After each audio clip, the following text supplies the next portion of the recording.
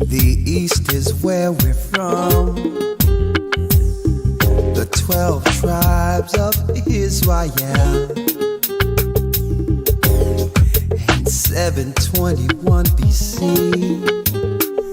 the Assyrian king, he took us down, we fell. With a great escape we went through the Euphrates. The Lord held the water still. To a land where no mankind dwelt, we went. The 12 tribes of Israel. That's who we be. Manasseh, the Cubans. We from Puerto Rico, and Bali from the Isles of Hawaii.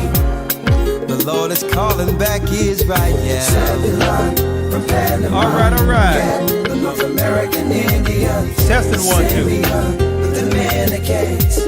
AHAYAH's gathering Israel. The Arabs and Africans told us At gunpoint. to gather our wives and children and sold us. In the belly of these great ships we traveled in fear. By the rivers of Babylon we found our brothers here.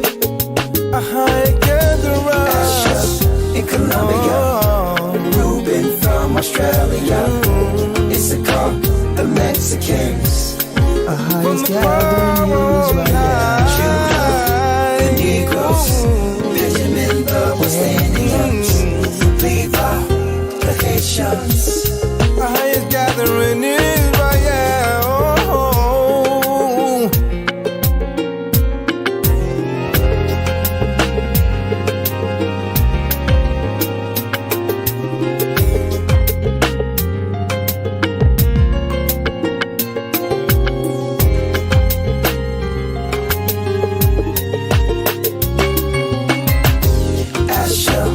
Colombia, Reuben from Australia, Issachar, the Mexicans.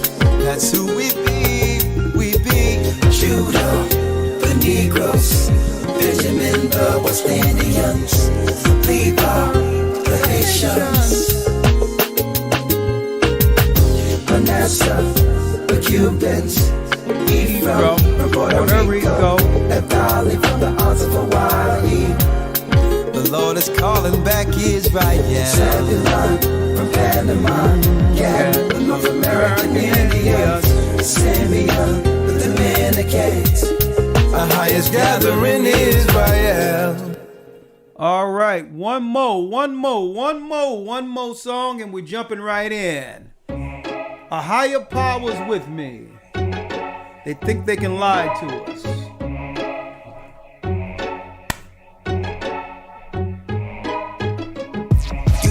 Lie to me. I see it's written all over your face.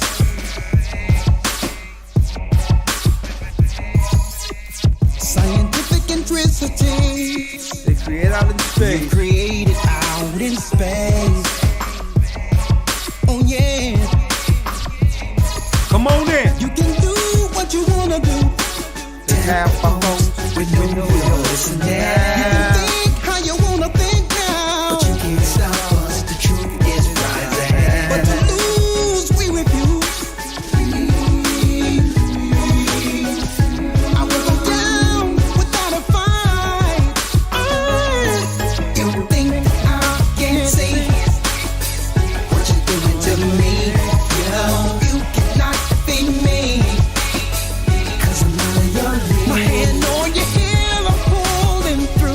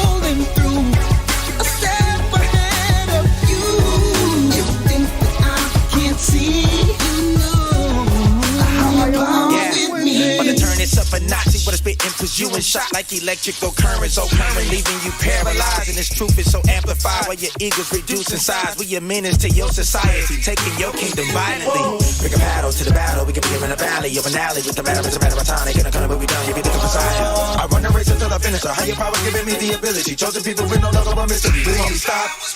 You think that I can't see? Hey, what you doing to me? Yo, you cannot defeat me. Cause I'm out of your league. My hand on your heel, I'm pulling through. A step ahead of you. You think that I can't see? You know I'm with me.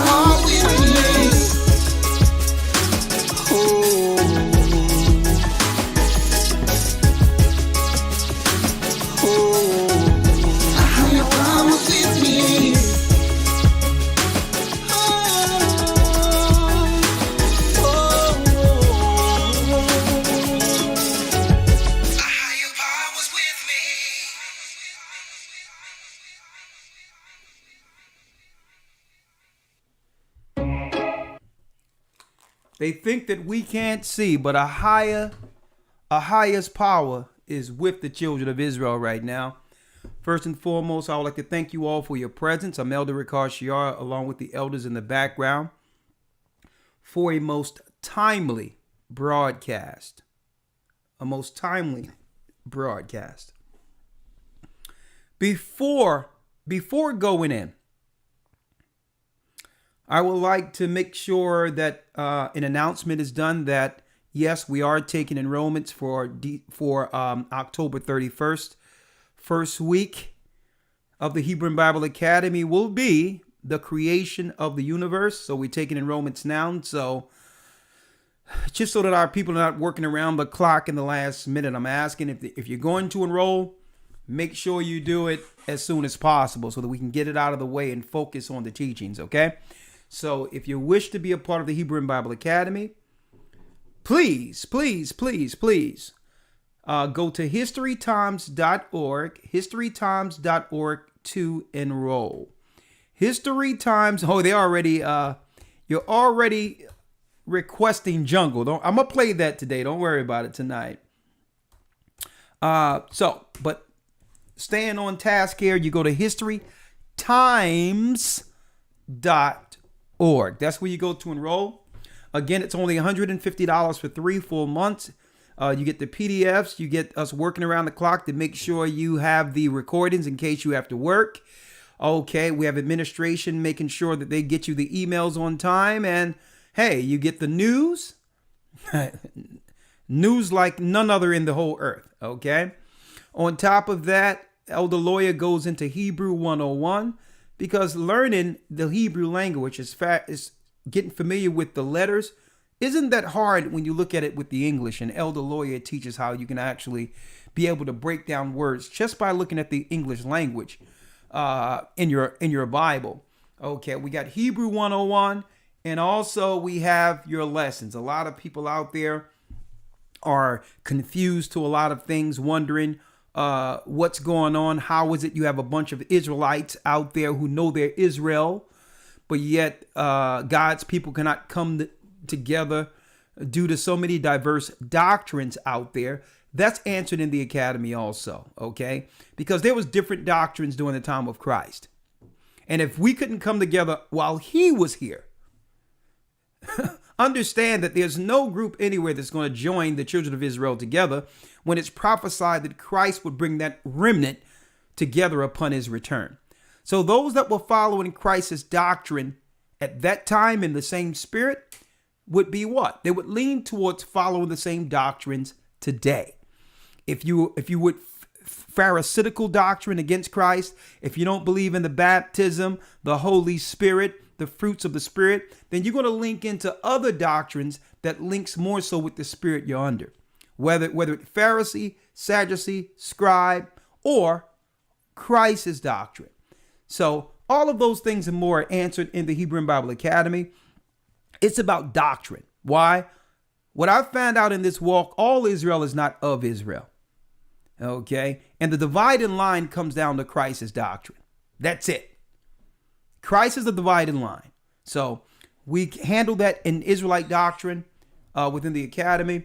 I'm going to also go into finding the Ark of the Covenant, the discovery of the UFOs and what the government has been hiding concerning them, that really these are not any alien lives anywhere but the controllers of this realm who have set up governments to control the people. I'm going to go into that. The true leaders of this earth who control the governments and the politicians of this earth. Guess what, folks? You're going to find out that no one can vote these particular beings in office. They control the offices. And we're going to identify the fallen angels according to the Bible. You can only get that here in the Hebrew and Bible Academy. Okay. Also, we're going to be going into, because soon we'll be out there again, according to the scriptures. Yes, the Israelites' tribulation in the wilderness. We're going to talk about that. Okay. So all of that and more. Okay. We'll be in the Hebrew and Bible Academy. Like I said, it's only $150 for 3 full months of serious information that you cannot find any place else. You pay $75 the first month, $75 the second month, and that you're tied in. You're finished for the complete 3 months. Sit back and enjoy the academy. And keep in mind, it doesn't matter if you're busy, if you have to work that Sunday. It doesn't matter, okay? Because yes, you have the convenience of looking into your email once you get off work or the next day to actually follow and be in tune with the whole broadcast as if you're there. All right. Now, again, a lot of work goes into this, a lot of work to make it, to make it one of the best experiences you would ever have learning the word. And we work around the clock to make sure that, that the academy end up becoming more than what you've ever thought you would be a part of. So go to historytimes.org to enroll. All right. historytimes.org. Let's jump right into the broadcast now. It's 7:07, and I'll be opening up the calls because I would really like to interact with the brothers and sisters on this particular topic.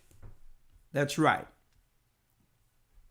Now, let me make a disclaimer before going into this topic, okay? Because this topic tonight will be very controversial, okay? But we're going to try to stay balanced according to the word and non-judgmental, okay? Non-judgmental. Why? Because we've all together have fallen short of the glory of the Most High. It's not about judging people. It's highlighting something that according to the Bible that must be explained. Okay? Let me make it clear.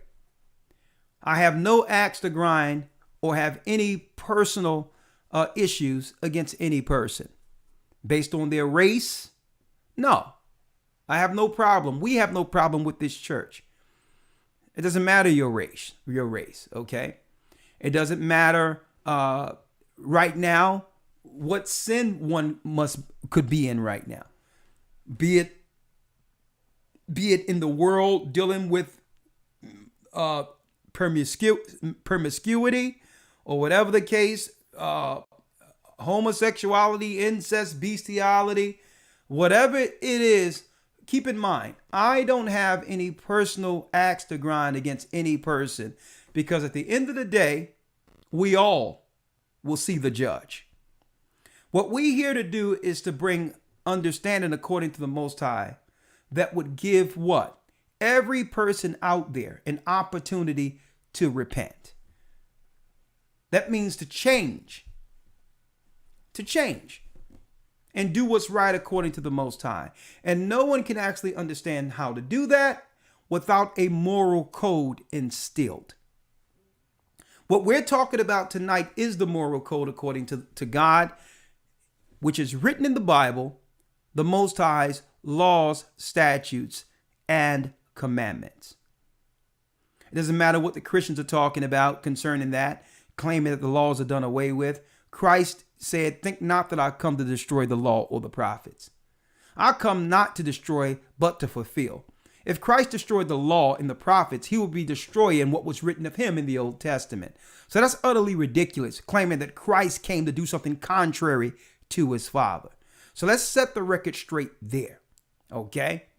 You believing in the New Testament doesn't give anyone a license to sin on purpose. Okay? So let me put that out there right there. They've been lying in the modern day Western churches. And I'm going to say not all Christian churches, but the majority of churches out there have been straight lying concerning what grace is according to the Bible. But yet I digress. You see the topic of the lesson or the discussion tonight. The vindictive spirit of Sodom. The vindictive spirit of Sodom. Why? Because it's one thing to say, well, okay, I'm a victim who needs extra political protection based on me being bullied or someone doing things against the law against me. Guess what? Hey, who can fight against not standing? Who would actually not stand for a victim? But that's not the point. I want to talk about the vindictive spirit of Sodom. People who would use the victim status as a cover to attack others. I'm going to talk about that. It's one thing to say I'm a victim. It's another thing to use that protection to harm others. So it's upon us to do what? To set a standard according to the Most High. To talk about how we can actually defend ourselves against vindictive Sodomites. Not those who are victims and are struggling with whatever they're dealing with and are looking to actually repent and stand along with others who would like to preserve righteousness. I'm not talking about those people. We're going to talk about that today. The vindictive spirit of Sodom. And it comes down to the righteous must now gain control.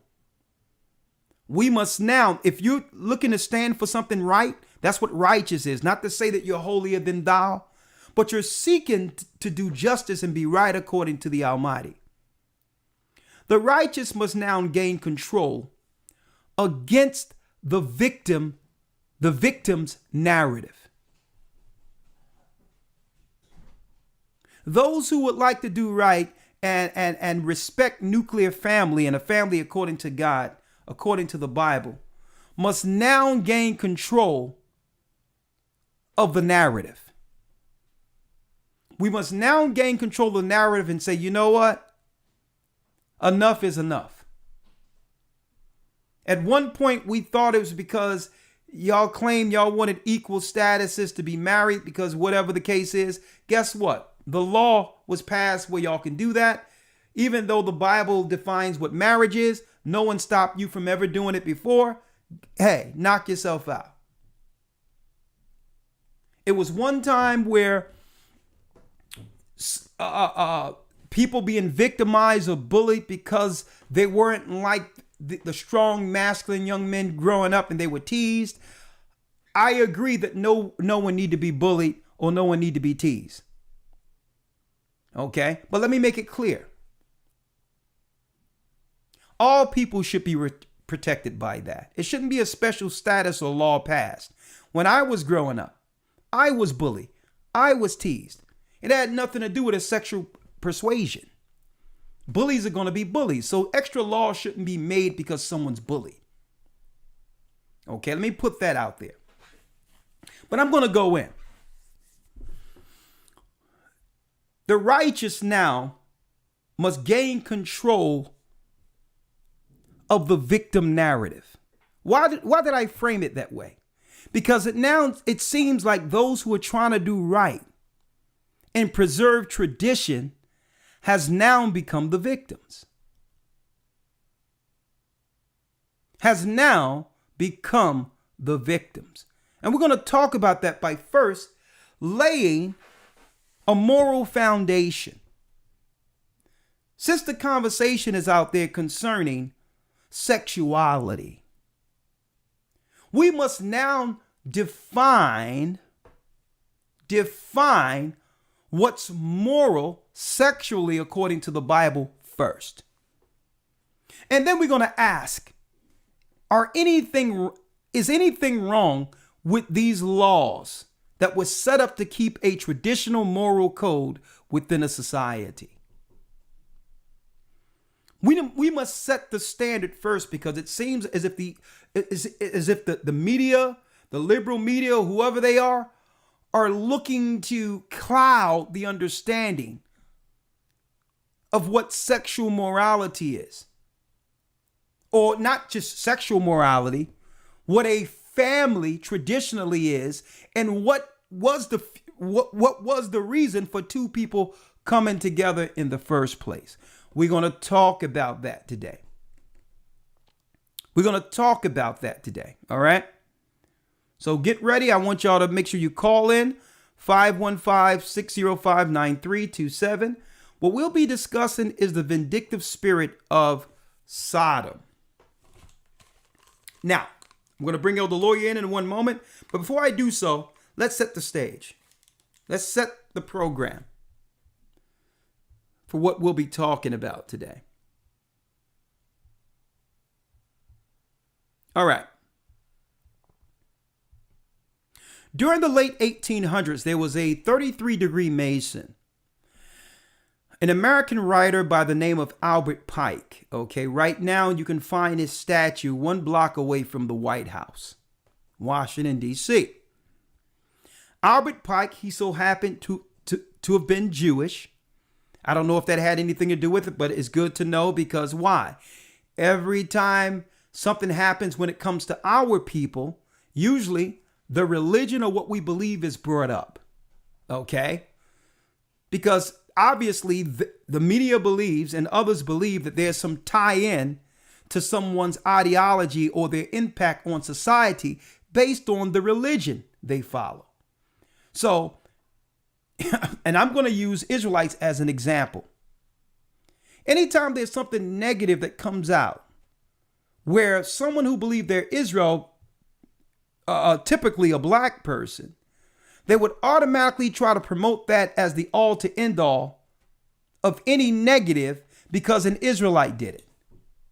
But we cannot do the same. We can't say, well, hold up, is there something within their religion that allows systematic racism and oppression and destruction on a people? I don't know. I don't claim to know. But I thought since they would like to bring that up, then when it comes to other races of people, we need to start going into their religion to find out if there's something within that ideology, adverse to society or our people, right? But let's digress. Albert Pike, he wrote a book called Morals and Dogma. Okay? Albert Pike was an American author, poet, orator, editor, lawyer, and jurist who served as an Associate Justice of Arkansas Supreme Court in exile from 1864 to 1865. He died in Washington, D.C., 1981. He was heralded as someone to be remembered, obviously, because they have a statue of him 1 block away from the White House. Now, I'm not here to give any of us or talk about this particular man's life. It's just something that he said, which was, I would say, prophetic. Let's see. It was prophetic. Let's get it here. I think I have it. One moment. Let's get it. One moment. Let me see. Right here. Albert Pike made this quote from his words under Morals and Dogma in the late 1800s. He stated, as a 33-degree Mason, "We shall unleash the nihilist and the atheist. We shall provoke a great social cataclysm." Now, I'm going to highlight these words here so you can see it. We, So obviously, this is more than just Albert Pike. Now, I'm going to let you, it's open to discussion on who the we are, but hey, again, his statue is 1 block away from the White House. We shall unleash the nihilist and the atheist. We shall provoke a great social cataclysm, which in all its horror will show clearly to all nations the effect of absolute atheism. So they had an agenda to bring the earth into unbelief, to create an atheistic society, which now more people would claim to be spiritual than Christians. When someone say, well, I'm not really a Christian, or I don't believe in Christ or the Bible, I'm spiritual, they're Satanist. What they don't want you to hold them down to any moral standard as to why they claiming they're spiritual. But they still would like to be respected as one who believe in God. So you have to watch these words, these satanic words out there that Satanists use. Well, I don't have, because if they say that they are under a particular religion, that would hold that person to what? A moral standard. But the trick is to tell you that they're spiritual. And by doing so, you don't know exactly what they believe and what their moral standards are. Okay? Satanists are spiritual. Okay? So let me make it clear. It says, we shall unleash the nihilists and atheists, and we shall provoke a great social cataclysm, which in all its horror will show clearly to all nations the effect of absolute atheism, right? Atheism, the origins of savagery, making people inhumane and or savage like animals, and most bloody turmoil. Then everywhere, the people will be forced to defend themselves. So they want the citizens of the world on the defense, in a defensive posture. Forced to defend themselves against the world minority of the world revolutionaries, and will exterminate those destroyers of civilization and the multitudes disillusioned with Christianity, whose spirits will be from the moment without direction and leadership.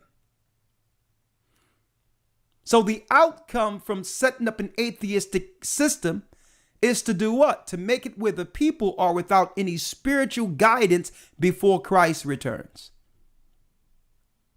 And anxious of an ideal, but without knowledge where to send its adoration. Now, mind you, Albert Pike was a Satanist.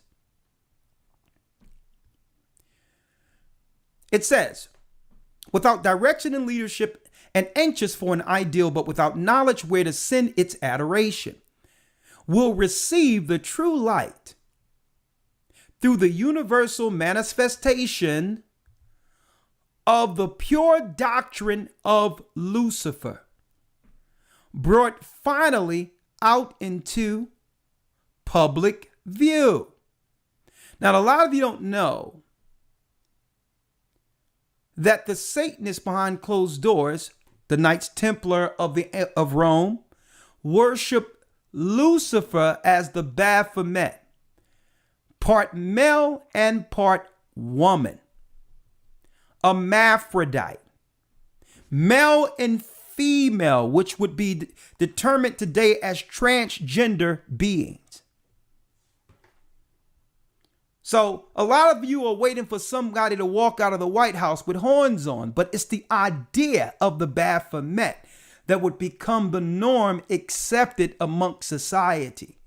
This is what Albert Pike was talking about, the acceptance of Lucifer out front. So when you see the flag, when you see trans, when you see all these other sexualities, understand this plan was well thought out by the Satanist well before our current time.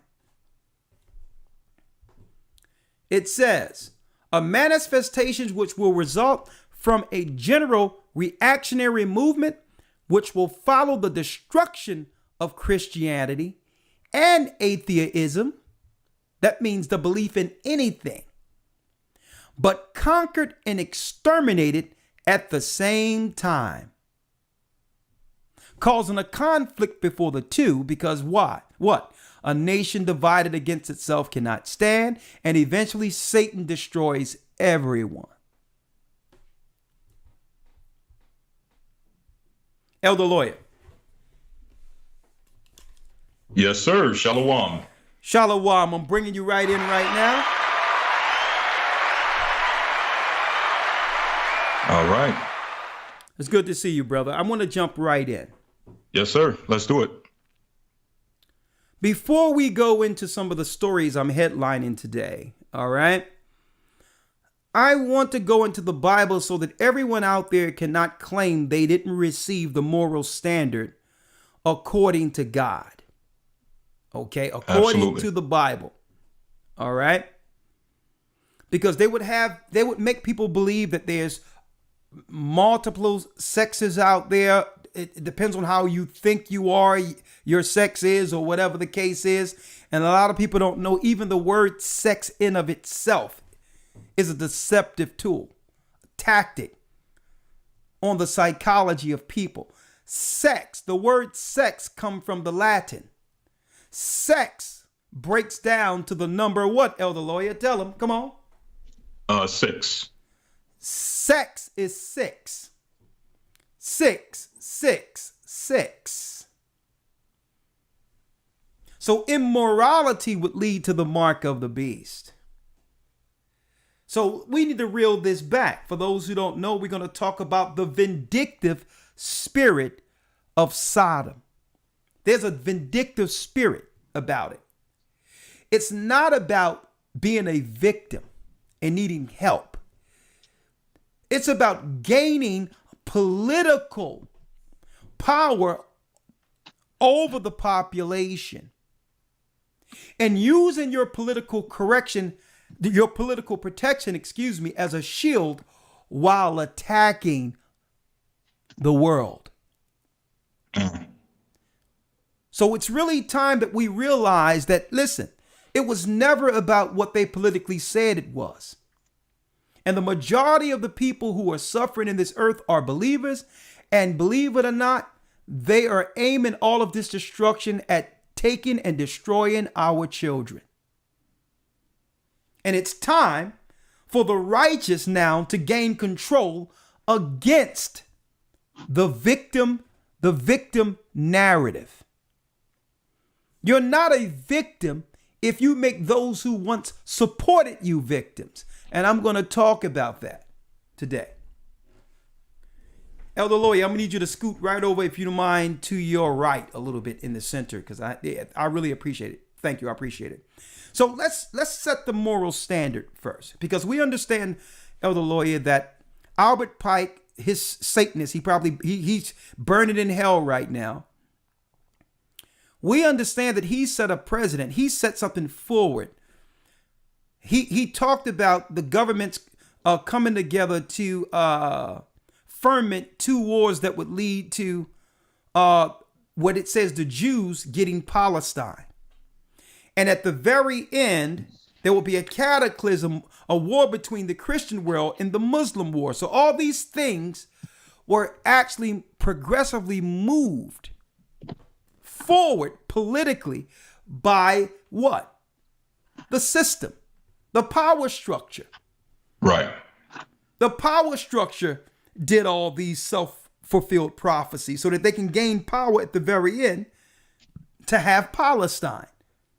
But then that's not the end all to, that's not the all to end all. At the very end, he said at the very end, in order for them to actually dismantle those who believe in Christ, they would let loose the nihilists and the unbelievers, those who believe nothing, and use atheistic teachings as well as straight sexual perverts to join together to actually aim at destroying the Christian mindset. Now, there's a reason for that, because it was prophesied it's the Spirit of Christ that would destroy the powers of this world. So we're going to talk about it. Let's first, Elder Lawyer, let's break down a moral standard real quick. Let's go to Leviticus 18:1. Yes, sir. Now, before we get that, let's get the definition of marriage according to the Bible. Okay, not according to the Webster's New Revised Definition. Let's get what marriage is according to the Bible. Yes, sir. Let's The go. book of Genesis chapter 2, verse number, I'm going to jump down to verse number 20. Okay. And Adam gave names to all cattle and to all the fowl of the air and to every beast of the field. But for Adam, there was not found an help meet for him. So what? A what? But for Adam, there was not found an help meet for him. So let's make it clear. Men was made to have full dominion and power. Okay. Now, what the world would call toxic masculinity is what Adam was. There's nothing toxic about what? Dominance. And being a leader. Having an objective. Having power. Masculinity. There's nothing toxic about that. That's a man. So the Satanists would make you believe that a man should become gentle. No, a man is a man. A man is a defender. Okay? Now, a man shouldn't be abusive. That's against the Most High. He shouldn't have hatred in his heart. He shouldn't be insensitive. But no one wants a weak man. Okay? Women were born or made, not born, but made out of the man. Woman actually mean from man. Okay? Now, it says, the Most High seen that Adam was alone and decided to give him, speaking of God, the one the world ignorantly calls God, but his name is AHAYAH, according to the ancient Hebrew. He said man shouldn't be alone. So he would do what? It says that he would find an helpmeet for him. Now let's discuss helpmeet, because here lies the real purpose for women. Women operating outside of this role can never find happiness. Okay? Help meet. That means you're here to help a man sustain a legacy so that you're not forgotten. Whatever that man's objectives are, you are to help him in succeeding that. And that doesn't make you weak or less than. That makes you living in your purpose. Any person who try to operate with and lead with their credentials and all that and your successes according to this world, but not help meeting a man, I'm speaking of a woman in particular, doesn't matter. Those are not successes according to the Most High. If you're not helping meet a man's agenda, a man's purpose.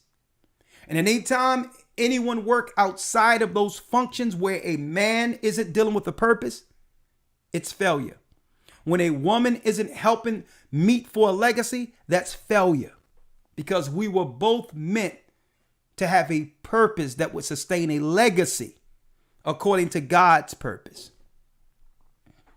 Women were made in this earth to be a helpmeet to a man.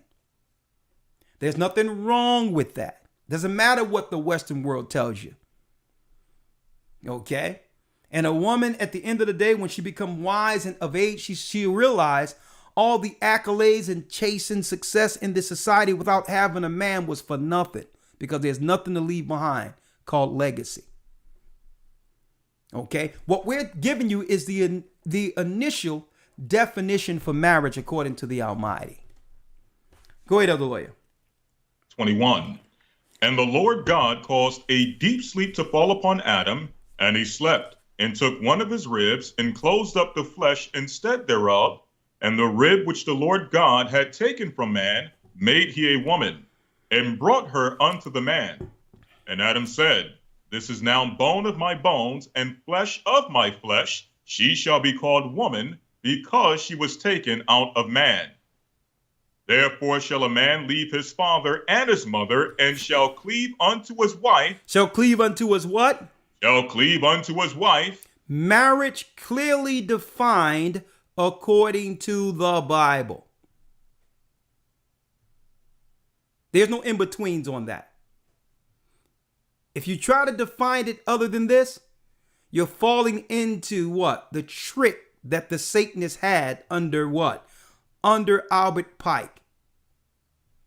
Okay. To where you would leave your family open to be destroyed by the atheist and the nihilist. They would begin to skew the true understanding and purpose of marriage. Read.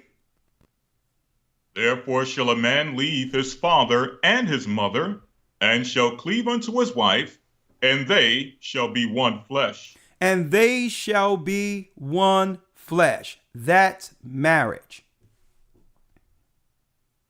That's clearly defined. Any marriage outside of that is anti-Christ, anti-Bible, anti-God. Okay, let's set the standard now. Let's go to Leviticus 18:1.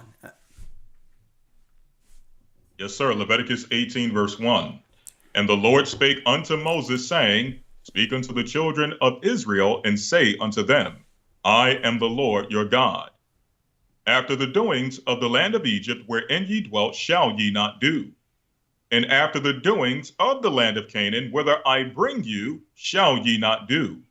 Neither shall ye walk in their ordinances. Now, the reason why I went here, Elder, initially is because the Most High made it clear that the Egyptians and the Canaanites were dealing with perversions. They were worshiping the Baphomet. Okay. There was no lines when it came to sexual behavior with the Egyptians. Okay. The Greeks and Romans picked that up too. So our God say, nah. You're not to do what you witnessed amongst those nasty Egyptians. The Egyptians were immoral, and I judged them for it.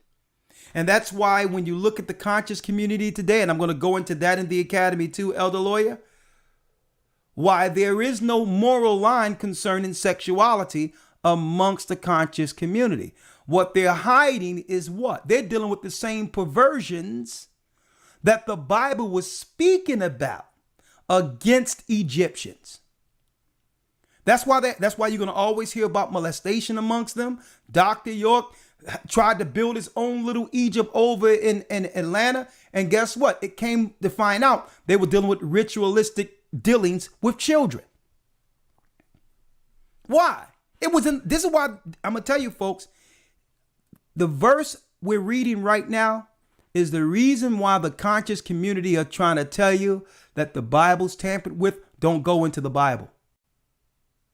Because why? You'll begin to read a moral standard and look over to them and say, hold up. They're dealing with the same sexual perversions of ancient Egypt. They don't want you to accuse them according to the word, so they'd rather dismiss it right out. Come on. And if I can throw one question in there, obviously what we're about to read, if God is saying that these are the doings of the land of Egypt and the land of Canaan, and these were social normalities, is it possible for, there to be acts that have become socially normal that we are not to accept? Or do we accept it just because it is a social norm? Great point.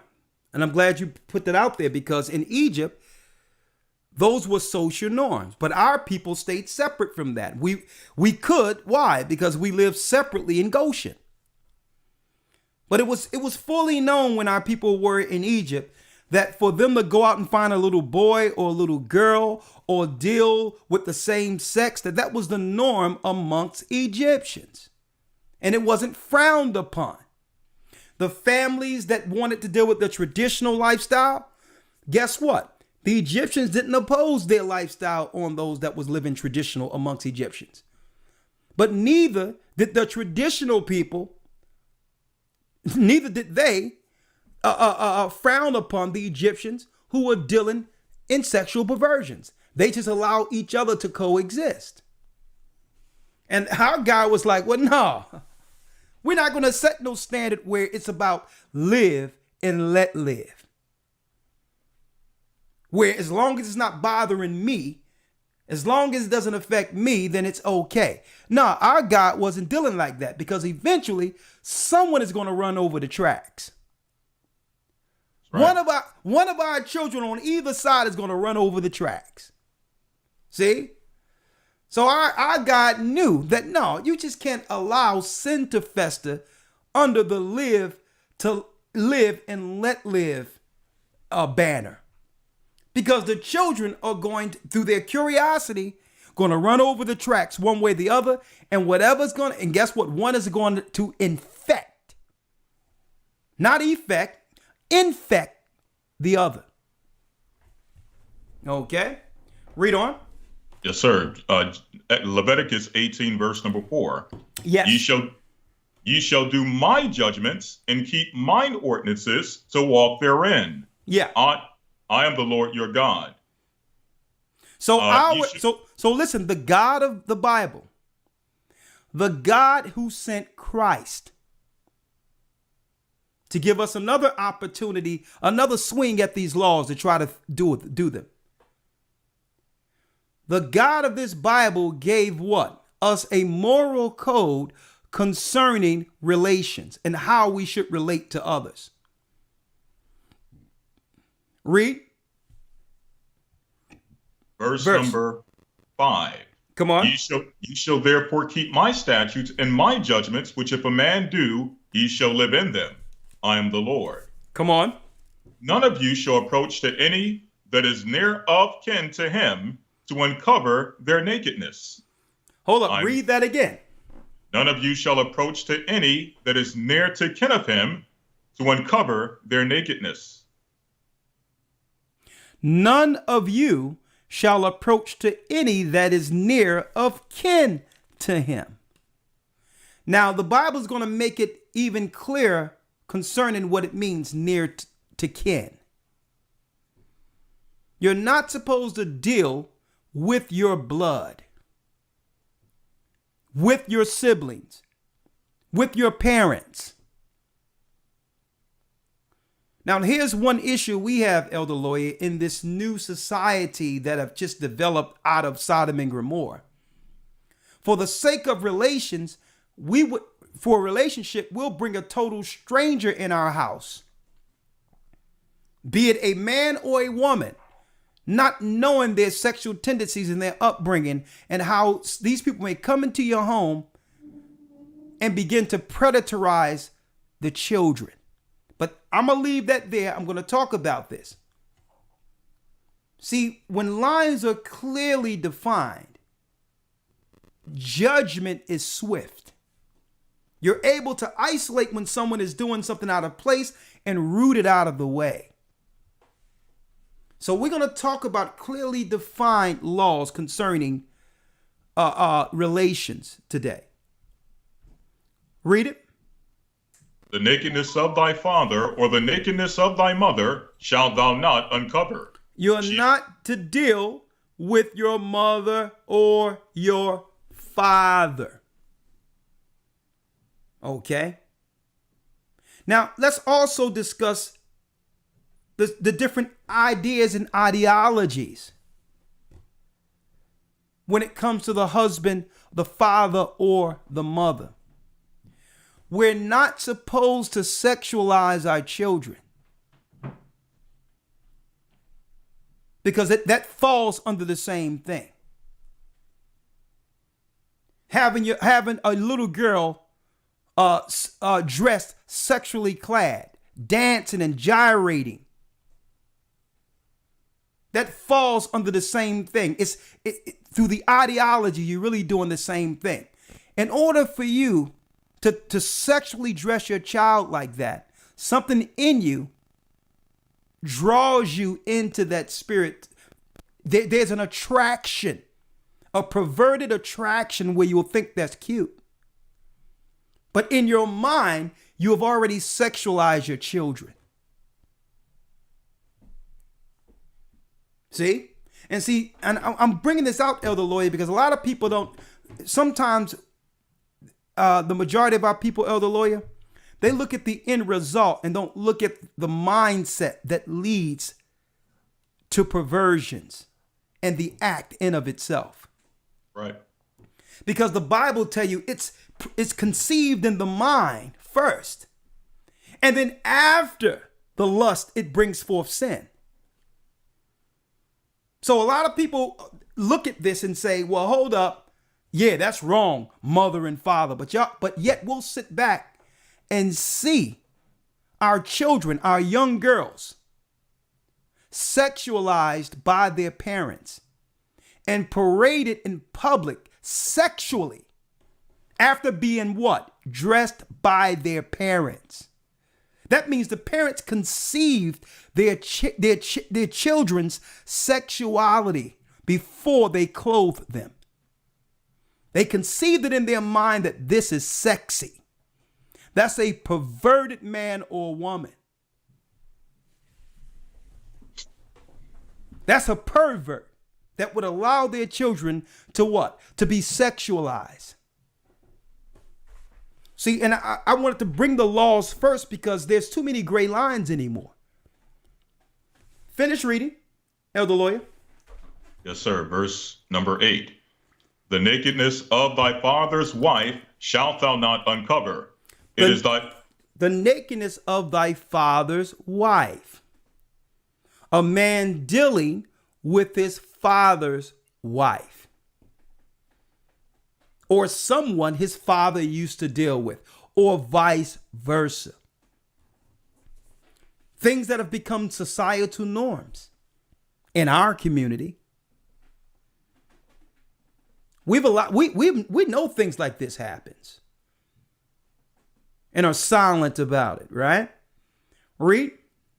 The nakedness of thy father's wife shalt thou not uncover. It is thy father's nakedness. Go. It belongs to your father. Reuben. The Aborigines of Australia are suffering today because of what their father did. Okay. Reuben, the firstborn, went and dealt with our father's Jacob's wife, Bilhah, and lost the position of the firstborn for this same sin written in the Bible. How much more would our society be, our neighborhoods be, if these particular laws I'm reading today were enforced? Read. Verse number 9. The nakedness of thy sister, the daughter of thy father, or daughter of thy mother, whether she be born at home or abroad, even their nakedness shalt thou not uncover. Even thy nakedness thou shalt not uncover. Because what? Everyone talks about R. Kelly, and it seems like we want to actually criminalize some people when it benefit the ruling class. But yet we don't really want to stop these things, or we would deal with it at the root. The root of R. Kelly's issue is when he discussed coming up where his sister did things to him. But no one discusses that at all. So are we really trying to solve our systemic issues as a people if we only look at the end of it to accuse without getting to the root of things and stopping it at the root?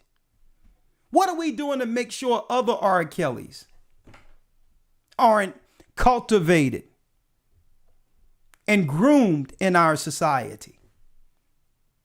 See? He said his sister coming up from him like 5, 6 years old made him do all types of things.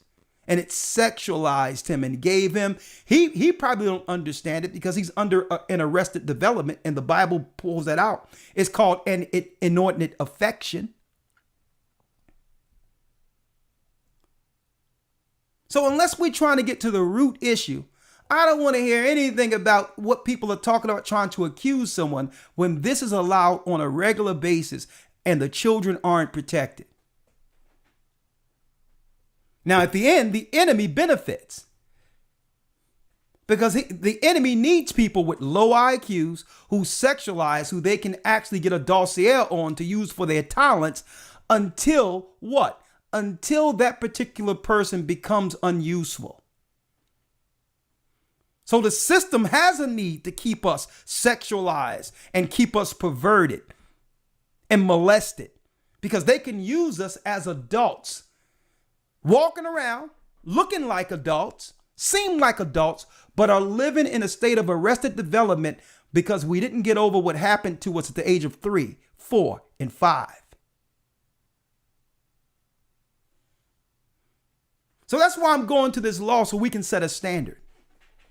Because everyone wants to point fingers and blame and deal with the rumor and deal with all this other stuff and not realizing the root of our issues is sin. And not understanding where the lines are according to the Bible. And many of us in our communities don't want to enforce that line. And this is why the Sodomites have gained the upper ground. Come on, other lawyer. Verse number 10. The nakedness of thy son's daughter or of thy daughter's daughter, even their nakedness shalt thou not uncover. Or theirs. Your son's daughter or your daughter's daughters. Nephews and nieces. How many times we've heard in our communities?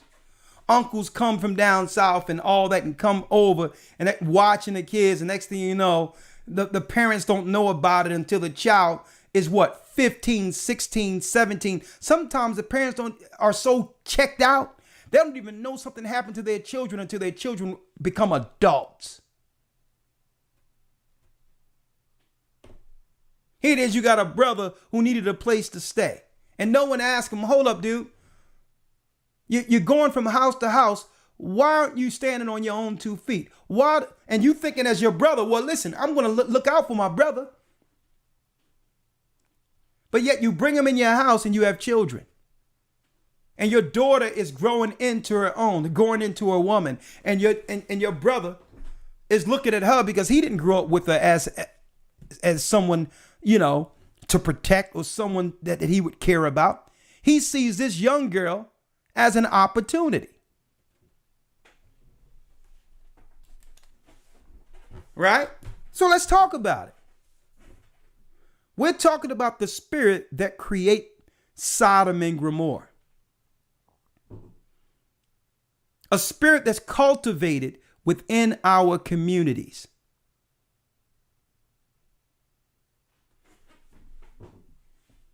And it leads to a vindictive spirit because if a child goes on unprotected, some of them grow up and you know what? They get over it. They understand. They begin to grow and understand it.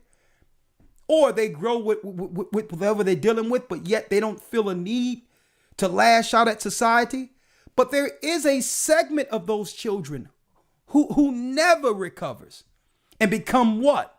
Vengeful against society. And let's talk about that. Not all of them, but some of them grow and some of them grow. They have families. It's a thought. They're able to resolve it within themselves and realize that was an evil person, but it doesn't affect me. Some people grow over it and it doesn't affect them. But there is a segment that grows vengeful and become vindictive.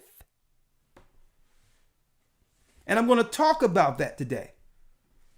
Finish reading. Verse number 10. The nakedness. We're at Leviticus 18 and 10. Come on.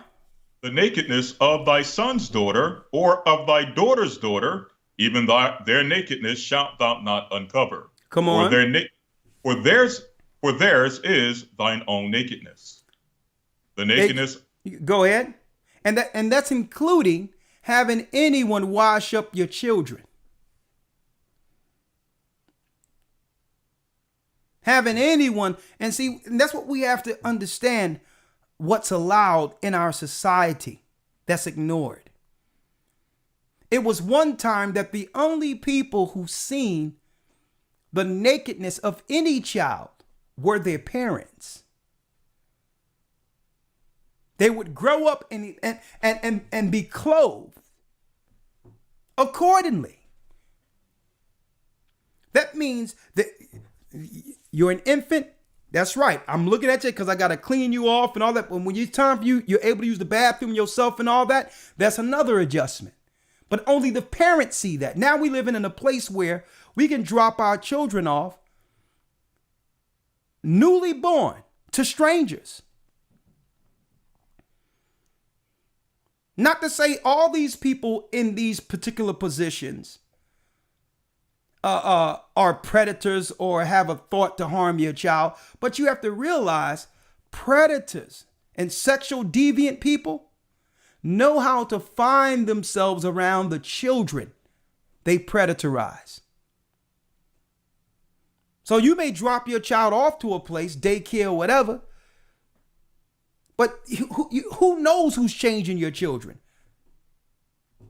Who knows who's looking on your children nakedness? Guess what? Society have made it the norm, where our children believe it's okay for a total stranger to touch their body. And we don't know the ill effects that might have. Now, I grew up in a different time. There was no daycare centers out there. There wasn't all that out there when I was growing up. Let me tell you, when I was growing up, we had cotton cloth diapers where it's safety pins. Your mother used to have to scrub it out and put it in a washing machine to keep changing. When I was growing up, to show you how long that was wild, right? But your parents don't have anybody just changing you. Because what's that doing to the children? Children are believing, they grow up thinking that it's normal for a stranger who has no relation to them at all to touch them.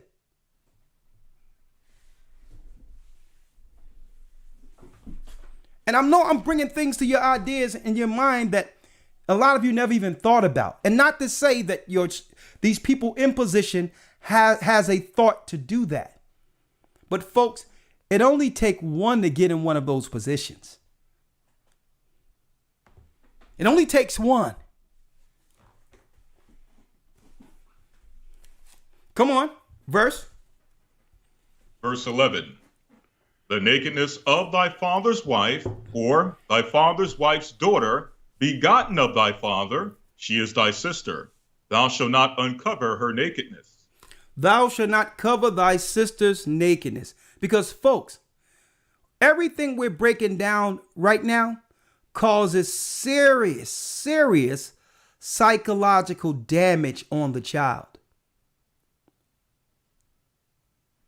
It develops an inordinate affection. That's what the Bible means by inordinate affection. Children aren't supposed to understand. They're not supposed to have any stimulations or thought of sex in their impressionable years, in their growing years. Sex isn't even supposed to be in the conversation. Or they will grow with an inordinate affection. That's what Satan wants. So now the modern day system, Elder Lawyer, was trying to cover up what really happens at those early ages by claiming this word, born this way, born this way, born this way. So that we can gloss over what? Predators getting to children at an early age. So that we couldn't focus on an adult affecting our children's minds sexually. Come on, let's go. Verse 12. Thou shalt not uncover the nakedness of thy father's sister. She is thy father's near kinswoman. Come on. Thou shalt not uncover the nakedness of thy mother's sister, for she is thy mother's near kinswoman. Your mother's sisters, your aunt. I know a lot of people are sitting back thinking in their mind, we know somebody who's, if not more than one person, have violated these verses up into the 10th verse. Where aunt may come around and see a boy growing up like, oh boy, you getting cute, you getting strong. Oh yeah, you growing into your own. And listen, the mother looking at the aunt like, yeah, you better stay away from my boy, knowing her sister.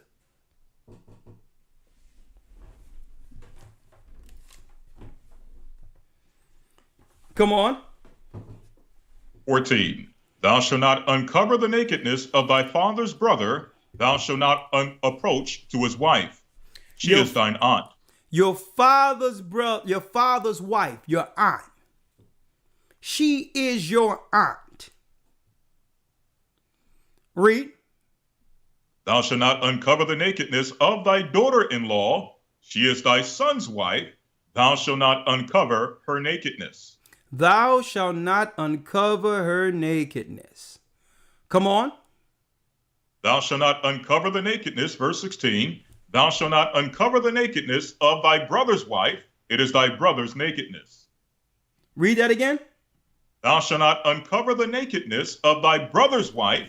It is thy brother's nakedness. Your brother's wife. It doesn't matter what the circumstances are. It seems like the Most High through the scriptures just prophesied canceling anything that you would find on Jerry Springer. And it doesn't matter if the brother or the brother or the other whatever no longer is with the person. It shouldn't be a thing where a brother will go to another brother and say, yo, bro, you ain't dealing with her no more, man. You know, I think she's feeling me or whatever the case is. If you done with her, you know, it's up to you. Nah, that's a violation. If your brother dealt with her, guess what? She's off limits. If your sister dealt with her, with a man, she's off limits.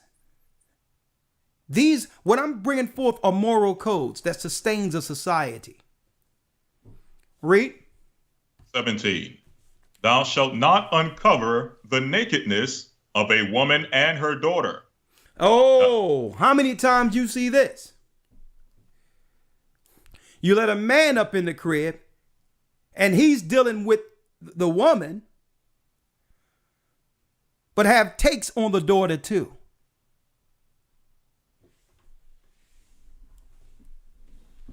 Man, this sounds like the Brother Polite situation, Elder Lawyer. Yeah. That's out there. I can't say allegedly because it's out there now. It's not even alleged. Okay? Where you getting with you say, I got a 2-for-1 deal. Ain't no man around, and you got a daughter growing into womanhood. Now this guy has, the woman is at work, and here it is, and he's dealing with the daughter. Huh?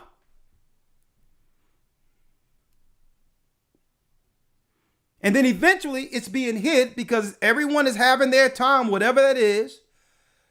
But at a time where someone isn't getting what they want out of the situation, it was evil from the beginning, but now there's a component of the triangle that's unsatisfied. Now, boom, here come the vindictiveness and all that because of what? The original sin. No woman should let a man, a grown man, around a growing daughter. Let's read it. Thou shalt not uncover the nakedness of a woman and her daughter. Thou shalt not take her son's daughter or her daughter's daughter to uncover her nakedness. For Man, they are... hey, lawyer, Now I see why the conscious community said that they don't want to deal with the Bible. The Bible is tampered with.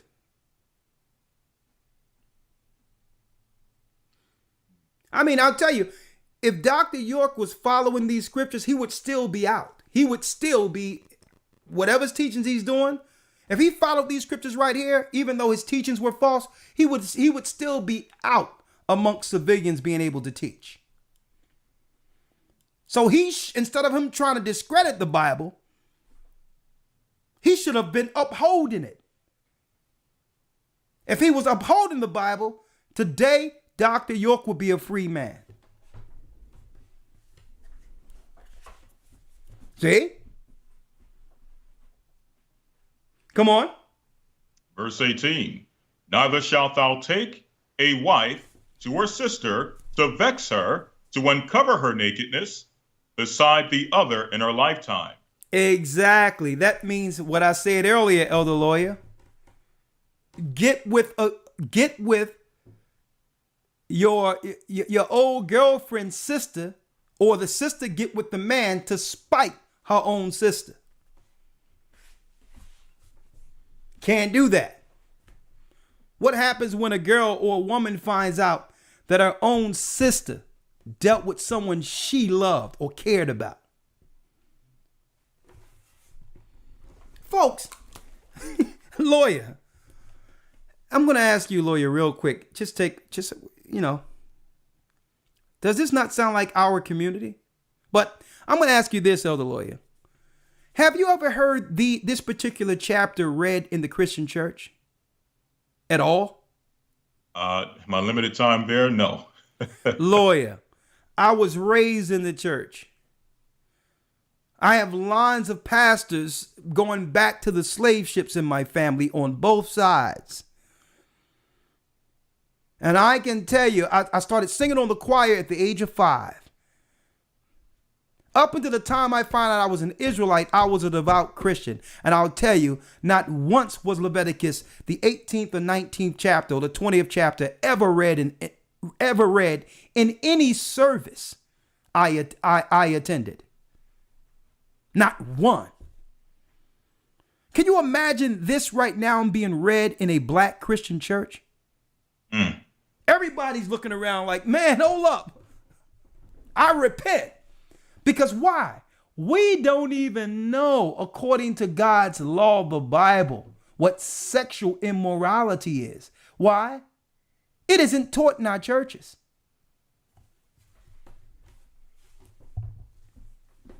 Read on. And to answer your first question, the answer to that is this is so common in our communities.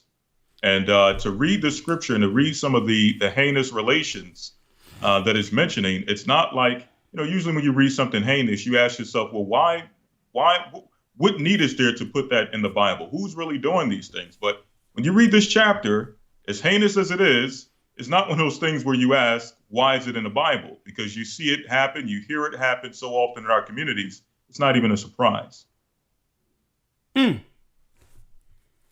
Finish reading. Verse number 19. Thou shalt not approach unto a woman to uncover her nakedness, as long as she is put apart for her uncleanness. Okay, as long as she put apart from her uncleanness. The uncleanness is what? A woman's time when she's in her flowers, when she's separated in her flowers. She's under her issue of the month. A woman is not even supposed to be thinking about relations with a man during that time. And a man isn't even supposed to think about laying with a woman when she's issuing. I'm going to tell you. Finish reading. Verse number 20. Moreover, thou shalt not lie carnally with thy neighbor's wife to defile thyself with her. That's thinking about the neighbor. Someone you know, someone you trust. Right? Read. And I'm gonna tell you this, folks. What we're reading has become the norm within our society. Whether we say, ooh, that's nasty. Oh my God, I can't believe it. Come on. What we're reading, these storylines have made Tyler Perry almost a billionaire, if he isn't a billionaire already. All the subplots and all that within his movies and all of that, his plays, is based on the scandal. The scandals, the sexual scandals God is against. So it must be something that we can relate to. If his movies become blockbusters and all that, and a lot of money is funneled into his coffers, why? Because we can relate to it. We can relate to it. We don't want to say it. But the Bible tells you where your treasures are, your heart is also. He became almost a billionaire based on scandal. I mean, think about it. One of his greatest characters, his claim to fame, is what? Him dressing like an old black woman.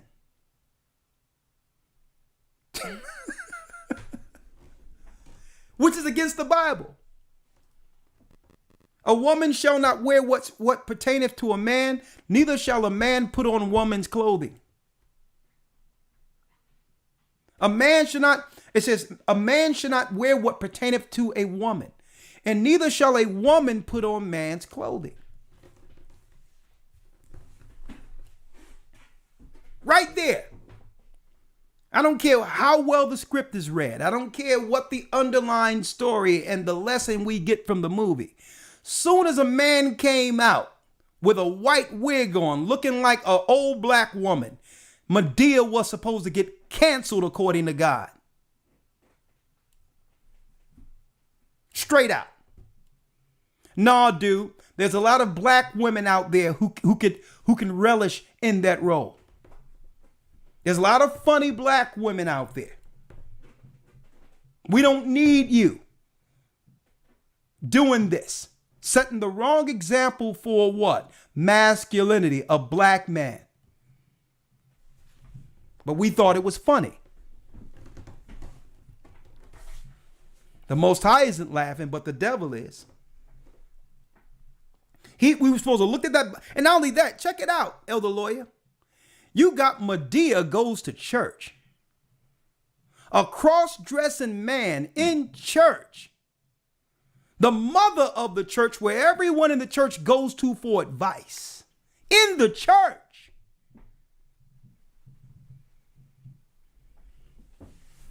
We're going to talk about it. Finish reading. Verse 21. And thou shalt not let any of thy seed pass through the fire to Moloch. And it says, pass to the seed to Moloch. Now, the reason I wanted to go here, Elder Lawyer, I had it together before I got you on, is because people don't even realize when we introduce our children to all these sexual perversions that's written of in this chapter, it's actually giving your children over to Satan as a sacrifice. So it's not just the children they kill in child sacrifice. It's the children that's given over for sexual immorality to the system. Come on. 22. Thou shalt not lie with mankind as with womankind. It is abomination. You shall not deal with a man like the Most High meant in Genesis, the 2nd chapter. With Adam and Eve. It was meant a man shall lie with a woman to produce life. The Bible says you shall not lie down with mankind, a man, as you lieth with a woman. This is what we witnessed in Egypt. Read. Neither shalt thou lie with any beast to defile thyself therewith. Neither shall any woman stand before a beast to lie down thereto. It is confusion. It is confusion. Now, why did our God put this in the Torah? Why? Because this was going on in Egypt, folks. And they have all this satanic type of movies and all that, where you got women laying down with animals, animals with women and all that, and vice versa, men with animals. Caligula, one of the Caesars, was known for laying with animals. Like, nah, this is confusion. That's what the Most High is telling you. A lot of these animals who are brought into those sexual acts are never the same. After that, they would have to put a lot of these animals down. They're so confused. Laying with people. Read. Verse number 23. Fact number 24. Defile not yourselves in any of these things, for in all these the nations are defiled, which I cast out before you. And the land is defiled, therefore I do visit the iniquity thereof upon it, and the land itself vomiteth out her inhabitants. Now, folks, usually when it comes to these laws, when breaking one of these laws, usually it has an effect for at least 2 to 3 generations before a people can recover, before a family can recover. It usually takes between 2 to 3 generations, that curse, where one can have children to start over without that curse affecting the children.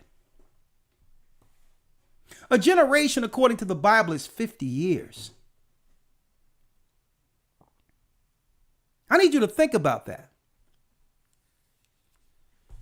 So imagine having a whole community who's used to operating in sexual perversions.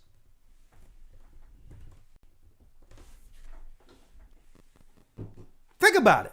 So this is why I'm going to tell you. Satan set it this way as a form of control over our population, over our people. He said it this way. He moved an agenda and attached it to us, knowing how our God feels about it. And they're so vindictive. They're willing to sacrifice the children and not help the children fall to this psychotic behavior. Elder Lawyer. Yes, sir. Let's get Romans 1 and 26 and 27 in the New Testament. Okay, Romans 1 and 26. And it says, for this cause, God gave them up unto vile affections, for even their women did change the natural use into that which is against nature. And likewise also the men, leaving the natural use of the woman, burned in their lust one toward another, men with men working that which is unseemly, and receiving in themselves that recompense of their error, which was meet. Go on. And even as they did not like to retain God in their knowledge. Read that again. And even as they did not like to retain God in their knowledge. Since they didn't want to obtain or keep God in their knowledge, read. God gave them over to a reprobate mind. He gave them over to a reprobate mind.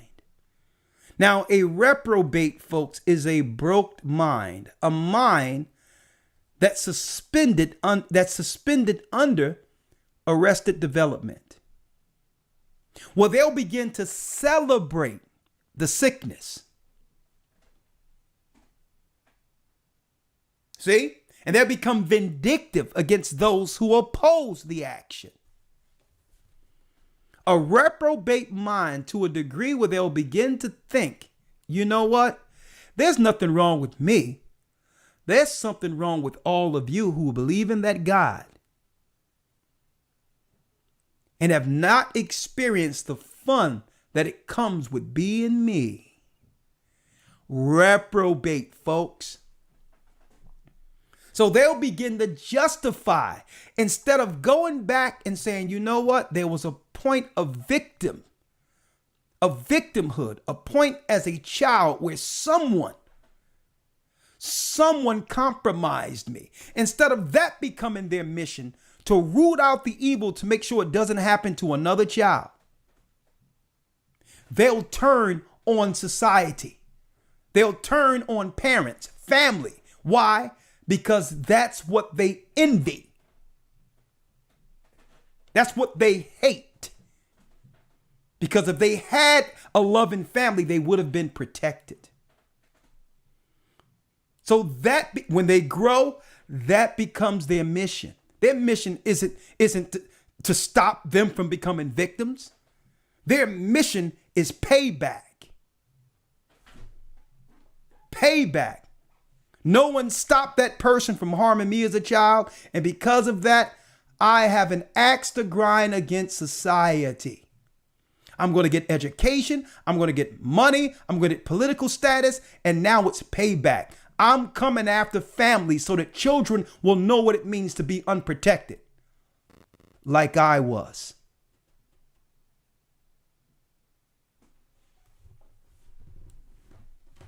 Reprobate. Now, not all. Let me make it clear, not all. Because there are people who are living that lifestyle who has serious disdain on how that's being used to dismantle society.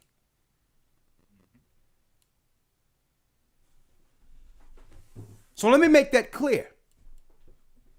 There's many who struggling with that and know the entry point and would never want their life and what they went through politicized to be used as a political bat against society.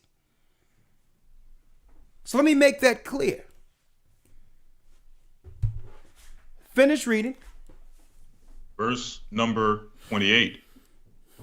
And even as they did not like to retain God in their knowledge, God gave them over to a reprobate mind to do those things which are not convenient. So since they didn't want to attain God in their knowledge, to bring some level of resolve, because when you bring God into it, right, you look at the law and say, you know what? That person who did something to me is wrong. What they did was against the law. I'm not the wrong one. I'm not the wrong one. I'm going to live my life how God intended in spite of what that person did. And one day I will face that person, not in vengeance. I will face them and let them know how it affected me. I will let them know I remember what you did to me, and I'm not here to seek vengeance. But you owe me an apology. You owe me that moment that you took from me. And if you're willing to come to the knowledge of what you've produced and what you've done, I'll forgive you. But I'm not going to allow what you did to happen to another child. See, and this is how that person can get over that moment as a child. By not showing their vitriol and vindictive nature against the world and lashing out that way. But facing that predator that did something to them and giving that person an opportunity to be forgiven. And if they don't want that, if they're unrepentant, you realize you probably wasn't the only one. And I'm going to do everything to stop you from harming other children. That's the way it should be. Finish reading. 29. Being filled with all unrighteousness, fornication, wickedness, covetousness, maliciousness, full of envy, murder, debate, deceit, malignity, whisperers, backbiters, haters of God, despiteful, proud, boasters, inventors of evil things, disobedient to parents, without understanding, covenant breakers, without natural affection, implacable, unmerciful, who knowing the judgment of God, that they which commit such things are worthy of death, not only do the same, but have pleasure in them that do them. Look at that. So it tells you all the spirits that come from one when they become reprobate. They become all those those adjectives we've just described. Whisperers, starting rumors, starting fights, need to keep trouble going, become vindictive. And not only do they have pleasure in doing these things outright in parades and all that, but have pleasure in seeing other people victimized so that they can join more letters to their alphabet. A judgment is coming. Elder Lawyer, before we go, I'm going to show something online real quick, and I'm going to come right back to you. Absolutely. There's a university called Regent University, brothers and sisters. Regent University. It's a Christian-based university. Here it is right here. The Regent Difference Christian Leadership to Change the World. Okay? In a nutshell. Right? Now, there was a paper that I read in particular that I would like to share a little bit with you all. I seen this morning when I got up.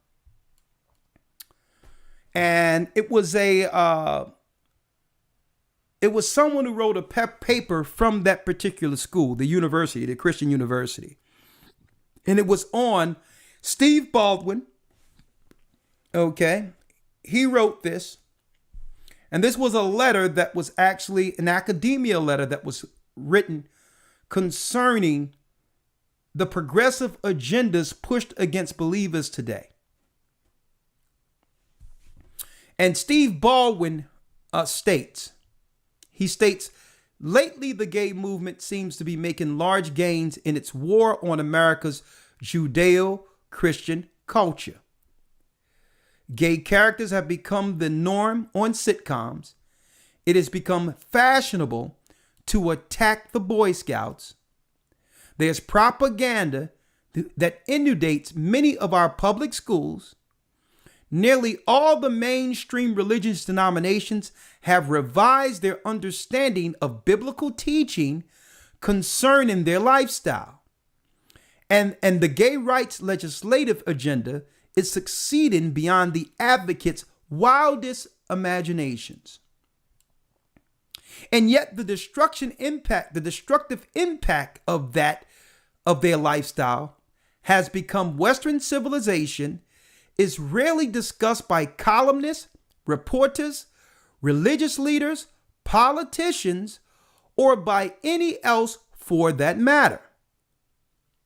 Even some conservative publications choose to ignore the issue and instead have published the article arguing for greater tolerance for their lifestyle. So the politicians, even the conservatives, are not arguing about the immorality and what's causing all this. They're more so talking about what? Tolerance. You shouldn't have to force anyone to tolerate something. Indeed, on the lifestyle issue, conservatives seem divided between a live and let live attitude, and one that concludes that the lifestyle agenda will have to be curtailed if the Judeo-Christian culture is to survive. However, overwhelming evidence supports the belief that the lifestyle is a sexual deviancy, often accompanied by disorders that have dire consequences for our culture. You see, I'm glad he highlighted that, because it's one thing about their lifestyle, but what impact is it having on us who disagree with that lifestyle for our families? See, that's the piece that isn't discussed. A vast amount of data demonstrating the deviant nature of that lifestyle is ignored by the media, as well as the leadership of the psychological, psychiatric, and medical professions. It is difficult to convey the dark side of the lifestyle culture without appearing harsh. However, it is time to acknowledge that the lifestyle, the behavior, threatens the foundation of Western civilization, the nuclear family. An unmistakable manifestation of the attack on the family unit is the lifestyle's community's efforts to target children, both for their own sexual pleasure and to enlarge the lifestyle's movement, to add more people to their movement.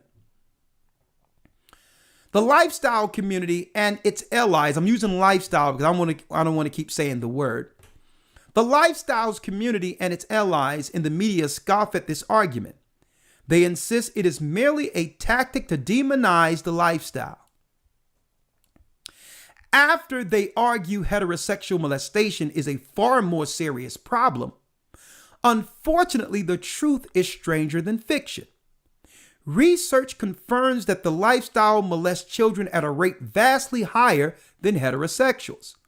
And the mainstream lifestyle culture, alphabet culture, commonly promotes sex with children. Now, I've seen this on Netflix where they was showing these white kids being sexualized on Netflix by these people. Now, the lifestyle leaders, the alphabet leaders, repeatedly argue for the freedom to engage in consensual sex with children. And blind surveys reveal a shockingly high number of the alphabet to admit to sexual contact with minors. Indeed, the community is driving the worldwide campaign to lower the legal age of consent. There's movements all around the earth, folks, to move the legal age of consent for intercourse with children, folks. Did y'all know that? The trend comes at the expense of our children's safety because they trying to do what? They trying to get to the age of your children's, to lower your children's consent, because it's not about their children. It's about being able to do what? Get access to ours. This trend comes at the expense of our children's safety. The incident in Los Angeles involving group homes operated by the movement and the lesbian adolescent social services is called GLASS, exemplifies this danger. It receives taxpayers' money, minority money, folks, money that used to be for us, to take in troubled youth referred to them by the social service departments of various southern counties in California. Their website should have been warning enough. It believes that some children are born with the lifestyle, a view not backed by any science, and announce that they target youth who are confused about their sexual identities. The website links to a myriad of sites targeting the youth, including one promoting a book that promotes sex with children. The founder and former executive director, Teresa DeCrenzo, edited a book that helps youth discover, a book that was written by grown people. Discover your sexuality. How to find your lifestyle. Now, there's a lot I'm going to cover that I can't cover right now. I'll actually deal with it more in the academy, the 31st, because this paper is off the chains. Okay. And they got doctors within the Christian,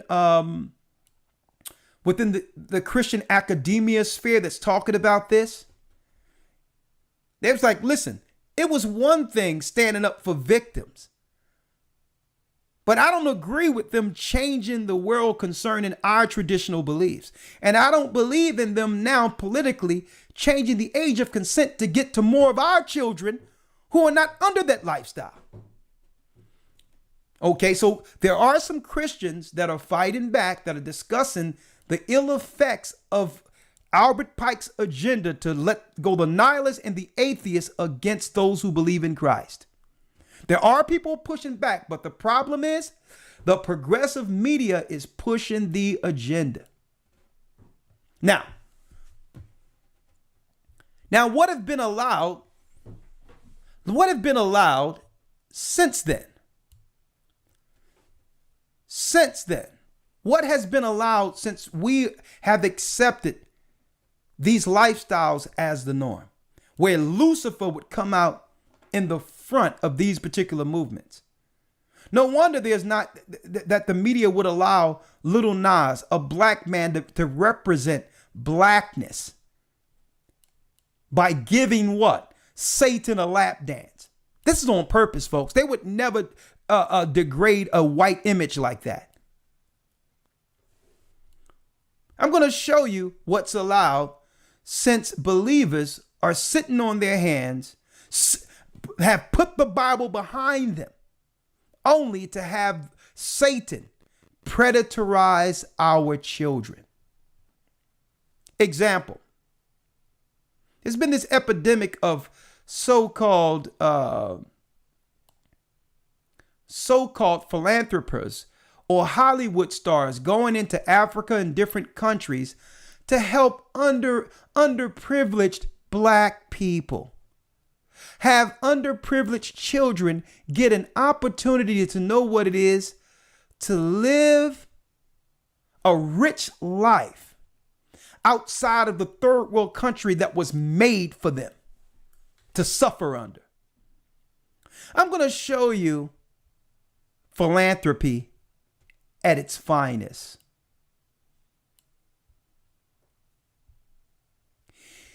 Here is Sharon Ferris, right? Sharon Ferris from a great, she was a big actor in the early 90s, mid 90s up 2000s, from South Africa. Oh, look at her with her two little daughters. No, brothers and sisters, these are not daughters at all. These are two boys she adopted and decided to raise them as little girls.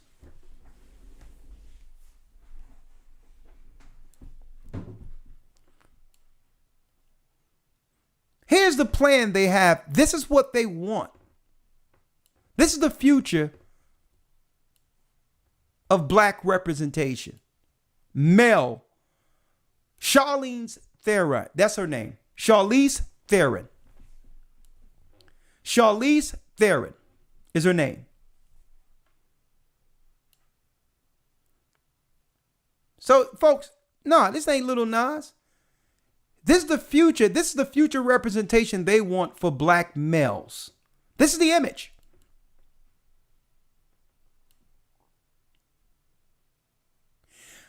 Here's a question, though.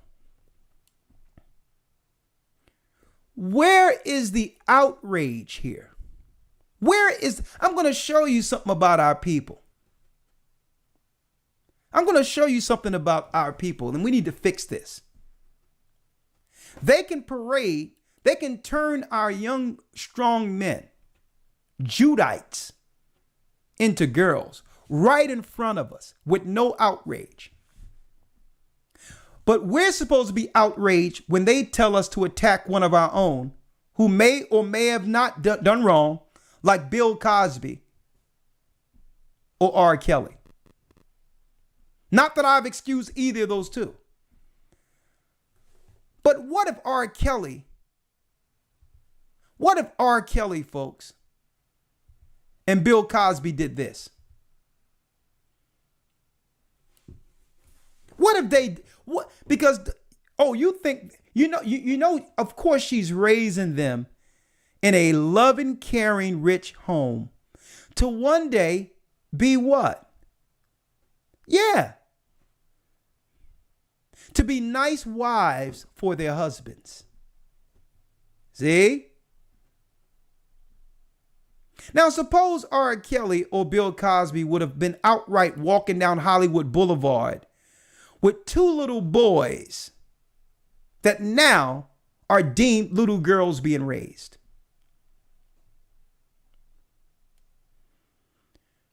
Folks, this is happening without any outrage. To let you know, the Satanists have accomplished their agendas. Now, I'm going to show you the hypocrisy. Here's some more hypocrisy. And by the way, folks, white women are minorities too. By the way. So you're looking at 3 minorities here. And the 2 children are double minorities. To show you some of that reprobate sickness that the world have come to accept. White women are minorities, folks. Okay? Now, some more hypocrisy on another note, but they all are running in with each other. Real quick, before I turn it over to you, Elder Lawyer. Yes, sir. If I can mention this one quick thing, the mockery behind that image, the actual article associated with that image is Charlize Theron has a village of strong black women to help her raise her daughters. Read that again. Now she pulled the sisters into that. Elder Lawyer, can you send me that link? Send me that so I can put it on the screen, please. Yes, sir. So now Charlize Theron has made sisters, black sisters, and accomplices in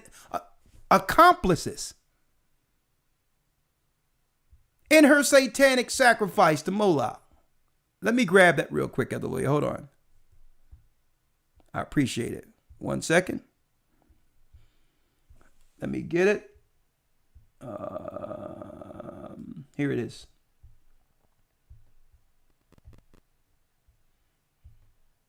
This is insane. Oh Lord, I'm glad you found this article, because they probably would have thought that I was making this up. You can't make this up. Hold on, folks. You cannot make this up.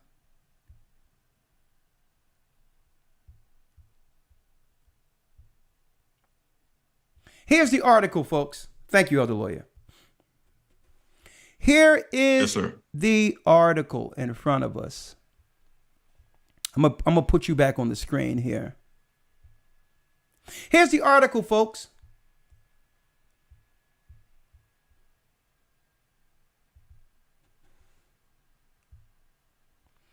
BCK. Charlize Theron has a village of strong black women to help her raise her daughters. I am so grateful. Charlize Theron is grateful for the strong black women in her life who help make up the village she relies on when raising her daughters, Jackson and August. Name them 2 boys, Jackson and August. The Addams Family 2-star recently shared the importance of asking to help rearing her girls. Look at these Hollywood freaks. Look, there she go right there. She got the help of the black women raising these guys, these who they call girls now, were born biological males, folks. Look. Oh. Have members with your organization spoken with those on the ground in South Africa who are hesitant to get those vaccines because of misinformation that they've heard? Okay, I want to talk about that. So now they want to push something else, huh? Because it always leans. There they go. Happy birthday. Black women. She says she has a village of black women that are going to help her raise her girls. Go ahead, Elder Lawyer. Anything else on that? No, that's it. Just pointing out the hypocrisy of it. I mean, not the hypocrisy, the hypocrisy, but the mockery of it, and to pull black women into it. And for there not to be any outrage against this from, not that I've seen. from black women. Where is the public outrage? Don't tell me that I marched for George Floyd. I don't want to hear that. I'm standing for my black kings. When we allow this woman right here to mock black masculinity, these are our sons. Now, there's another thing I wanted to pull out, and then we'll open it up real quick to show you some more hypocrisy going on in the world right now, Elder Lawyer. Sure. Real quick, hold up, before we go there, Netflix fires who they call a trans activist for allegedly leaking internal documents. The worker has encouraged trans employees to protest the company's release of the Dave Chappelle show, in which he made anti-trans jokes. Now, this is what they're not telling you, folks, to show you how a lot of these movements is to hide those who are attacking us behind the veil, which is their quote unquote sexuality. They would make you believe that this is a trans man. No, this is a pregnant black woman. A pregnant black woman who worked for Netflix. Folks, a pregnant black woman was trying to get what? Was trying to join others to get Dave Chappelle's special canceled. But no, the corporate controllers of Netflix fired this sister because her being vindictive, because they didn't want to what? Cancel him. She started leaking private financial information between Dave Chappelle and Netflix. And they fired her for that. And to hide her identity, they're telling you, oh no, it's a trans man. No, this is a pregnant black woman.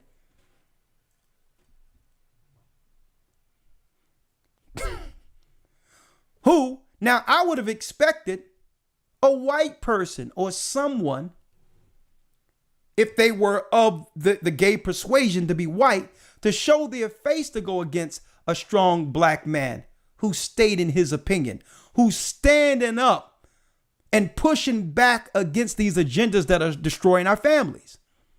But no, a pregnant sister felt empowered to the degree that she can try to get Netflix to cancel a black man. This is how far this thing has become, folks. She's going to do all this on Netflix to cancel Dave Chappelle, who's only telling the truth that a black man can actually be incentivized and celebrated for killing a black man. But that same black man is canceled if he hurt the feelings of a gay person with words. What's wrong with that picture? Now, she got herself fired trying to go against a black man, right? But, like I said earlier, Elder Lawyer,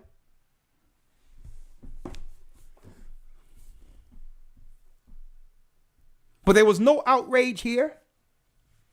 If she got the power to try to get a black man fired from a powerhouse called Netflix, in that position where she can actually go and knock on the big wig doors, you couldn't go to Netflix and say, yo, what's going on with this white woman who's trying to turn little black boys into black girls? See, this is the vindictive spirit, folks. At the end of the day, it's exactly what Albert Pike was planning. The destruction of the nuclear family, and to attack anything that would actually do what? Establish a moral line between God and those who would follow Satan. Last story, Elder Lawyer, before we open it up. I'm going to ask anyone out there.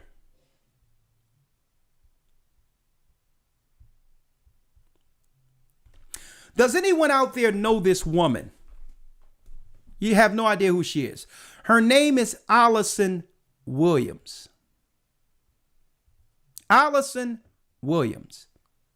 Now, I know a lot of you asking, Elder Ricard Shiar, why should we know exactly who she is? Why? Well, I believe based on the agendas that are being pushed right now, everyone should know who she is. Mainstream news, CBS, did a report on her without her picture. And you notice they don't have her picture anywhere. They just have her name. ESPN reporter Allison Williams leaving network over the vaccine mandate. ESPN reporter Allison Williams, but there's no picture here. So when you don't see a picture there, know right off the bat it's not talking about a black person. Now, if Allison Williams was black, you probably would see a picture. Yet I digress.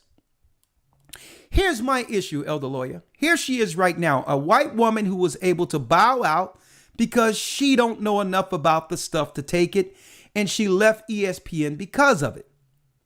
I would expect Stephen A. Smith and others who work at ESPN to have the same outrage against Allison Williamson that they have against Kyrie Irving.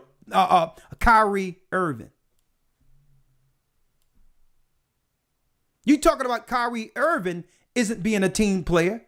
Hey, she's a part of who?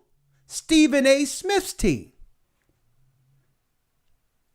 So why aren't you calling out your team and the people that aren't playing right concerning this mandate, Stephen A? You calling out Kyrie for not being a team player. You got a white woman who's a part of your team at ESPN that you haven't said anything about and try to make an example of, but yet we cannot hear Kyrie's name spoken out there without any vitriol, negative. And I know you're wondering why I'm bringing both of these together, because it's the same tactics are used for either side. Any agendas are produced against the same people. Every agenda at the end of the day is against us. They don't want no male figures, no strong male figures, and they especially don't want any black, strong men. Who's going to stand against the injustices that are done against our people? So I just wanted to point this out so that, because I know others are going to take this up. Okay. Cardi B, when she put something out there,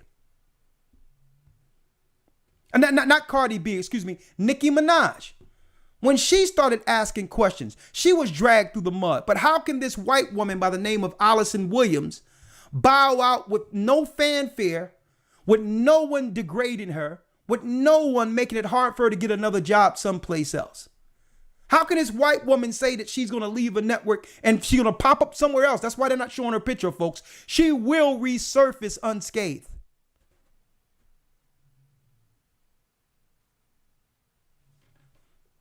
ESPN reporter Allison Williams leaving network over the mandate. And you notice they didn't have her picture. Why? Because they say, listen, we're going to keep this quiet. Don't worry about it. We'll just have you pop up someplace else. Because right now, guess what? You're not the target. Stephen A., where's your outrage? Allison Williams isn't being a good team player. Here she go right here, folks.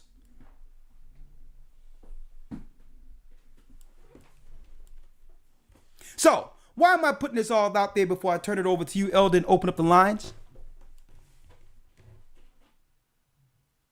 There's so much confusion out there. We don't know what side to take. We don't understand how to aim proper outrage or where to begin to fight in which on a level in which we'll make a difference. And this is why, Elder Lawyer, I took everyone back to the Bible. This is why I started with the Bible. So that now we'll have a platform to begin to push back with. To say, well, no, I will not be politically swayed through my emotions on any topic without understanding the morality of those who are influencing the public.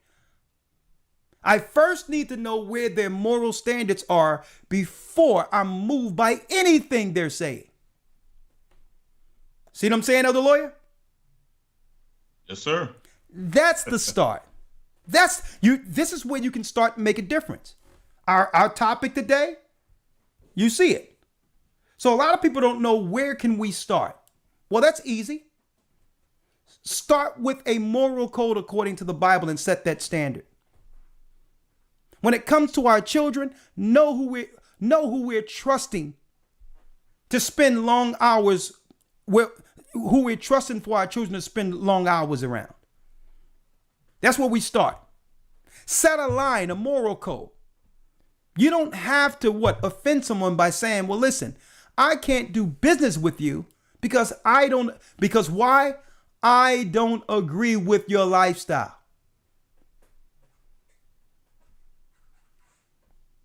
They'll be quick to tell us, they're quick to tell Dave Chappelle, listen, because I don't agree with your opinion, I want to cancel you. So now we have to stand down and say, well, you know what? Okay. I'm going to start basing who I do business with and who's around my circle based on the moral code or lack thereof attached to that particular individual. And then I will tell a person straight out, right? I don't care where I am. If I'm out at a restaurant, I'm not going to disrespect someone. But if a guy come to my table operating in the wrong, in the wrong spirit, I'm gonna be like, well, it's cool. I'll just go to I'll look around and I'll gauge the room, Elder Lawyer, for a heterosexual type of zone. I'll look around and I'll scan the room and see if there's any straight things operating that's serving at a restaurant. I'll go to the host and say, yo, I need to be in that section over there. Well, you don't like the table? Oh, no, it's cool. The air is fine. I'm checking out the air conditioner over that spot over there. The heat high is flowing over there. I want to slide over to the hetero type zones. Okay. We have to start taking a close look at who is teaching our children. What are their ideologies? And folks, brothers, sisters in particular, and brothers, sisters in particular, because you're over the households. A lot of these households. You have to take your children from under the influence of anyone who has liberal thinking. Liberal thinking. That means if they think like a Democrat, and I'm going to say that in specific. I'm not saying whether or not they think like a Republican. Republican out of the way. If they think like a Democrat, you must watch them. Because if you want to know what Democrats do, look at our communities where we've been voting Democrat for decades now. That's what they do. Anyone that these free spirits, live and let live, do drugs and it's okay. What you do with your body is okay. The free sex spirit. You can be any spiritual you want. It doesn't matter about the family. Live and let live. That's all liberal thinking, and it's satanic. And then we have to make a stand starting with these holidays and do what? Cancel Halloween. Cancel Halloween, which is really the holiday holiday of Satan that allowed people to begin to cross-dress and do what they wanted to do and be accepted. Elder Lawyer, I'm gonna pass it over to you, and I'm ready to open up the lines in a minute. Yes, sir. First and foremost, I want to say shalom to the family, and in going through some of the information and the articles that you presented, you brought up the controversy at Netflix concerning someone who was a African American, I'm assuming, who identifies as trans. Yeah. And because they identify as trans, they felt that the comedy special presented by Mr. Dave Chappelle, brilliant, I might state, and I want to kind of build my speaking point or talking point off of that. There's many things he said that were profound, but there's one thing in particular that I want to highlight. Yeah. Okay. But just dealing with the person who decided that they wanted to try to organize a walkout or a protest at Netflix. Some of the initial reports made it seem as if Netflix simply fired this person because they were speaking up for their community, which, again, this African-American person identifies their community not as African-American or Black. Again, and listen, we understand those terms don't necessarily identify us as our true heritage, but nonetheless, these are the terms and the labels that our people fall under, that they identify with. So to make the point, this person was an African-American who could be considered an oppressed class under African-American, puts their sexuality before their race. They identify more so with trans than they do with their race. That's not the point. The point is that initially they try to make it seem as if this person was simply sticking up for themselves and sticking up for their community. And because of that, they were disciplined. They were fired. When in reality, and I believe that in this particular article, they highlighted that this was over them releasing information to the public that was not supposed to be released. She released information. She's a pregnant Black woman who identifies as a trans man. But go on. She's a pregnant Black woman who's now, she don't even have a job for her baby to be able to take care of her baby on this, going hard in the paint for these other people who can care less about her. But go on. Exactly. Now, hard in the paint, huh? So to make the point I wanted to make, and again, the Chappelle special, whatever you think about Mr. Dave Chappelle as a comedian, whatever you think about him as a person or what have you, you have to admit, even the harshest critics have to admit that a lot of the points that were brought up, a lot of the talking points were thought-provoking, in the sense that even if you necessarily don't agree with his delivery, what he says, or what have you, the points that were brought up were thought-provoking to the point where you have to start, a conversation has started. And, even people who may have been tilted to one side of the argument, towards the LGBTQ side of the argument, have to ask themselves some very serious questions. And one of the things he mentioned during the special that I thought was very profound is, can a gay person be racist? And that's a profound question. Because if the answer is yes, if a person who claims they want equality, if a person says that they want freedom from bigotry, freedom from prejudice, if that person themselves can exhibit prejudice, if that person themselves can exhibit being partial, then it kind of equals the playing field, so to speak. It makes it to where those who are taking the high ground or have attempted to take the high ground is saying that because they want equality for their sexual preference, they want justice for their sexual preference, they want non-partiality for their sexual preference. If we can say that you can exhibit partiality, then now it takes away your stance, or it takes away your high ground from being able to state that you now have some level of moral high ground or moral standard when it comes to exhibiting non-partiality, non-prejudice. So here's the question.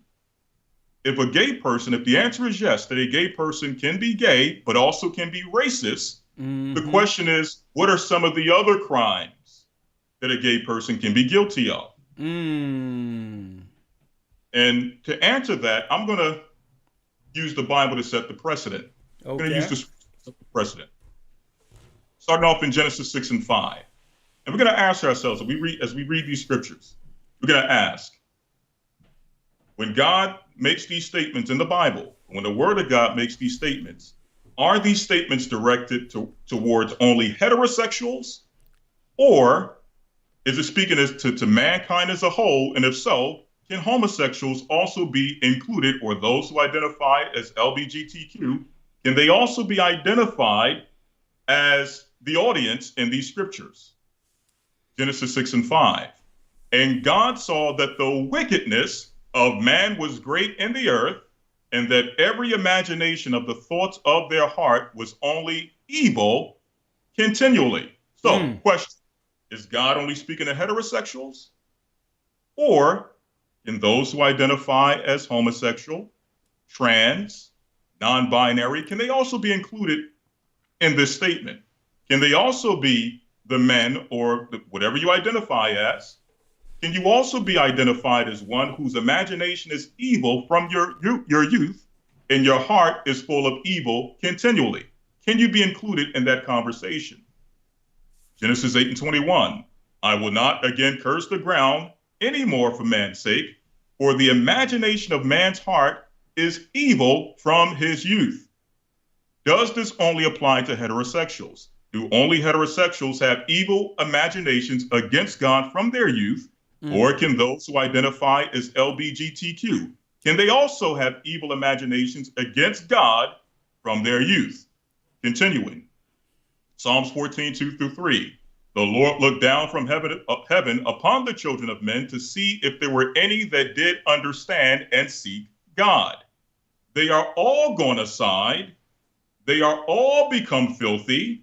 There is none that doeth good, no, not one. Question, did God only look down upon the heterosexuals? Or is he also looking upon LGBTQ and saying, I'm looking for any that seek God and I found none? When God says that they've all gone against God, is he only speaking of heterosexuals? Or can we include LGBTQ? If heterosexuals, it says, I'm going to read it again, they are altogether become filthy. If heterosexuals can be called filthy by God, can those who identify as homosexual also be considered filthy by God? They say they want equality. They say they want the playing field to be equal, non-partiality. Well, according to the Word of God, we're making this partial according to the Word of God and showing you that, hey, if it can be applied to the heterosexual, who else can it be applied to? Can it be applied to the homosexual? Can it be applied to LGBTQ or anyone who identifies under those labels? Continuing, behold, I was shapen in iniquity, and in sin did my mother conceive me. Can homosexuals live sinful lives as a result of being shaped in iniquity? Ecclesiastes 9 and 3. The heart of the sons of men is full of evil, and madness is in their hearts while they live. Is this only applied to heterosexuals? Do only heterosexuals live their life in madness and in evil all their life and eventually die? Or can this also be applied to LGBTQ? Last scripture, Matthew 15-17, closing out with Christ. Do ye not yet understand that whatsoever entereth in at the mouth goeth into the belly and is cast into the draught? But those things which proceed out from the heart, or out of the mouth, from the heart, they defile a man. And let's listen to these things. For out of the heart proceed evil thoughts. And we're asking ourselves the question, are heterosexuals only guilty of these things, of these, we can say crimes or sins, or can we include LGBTQ as well?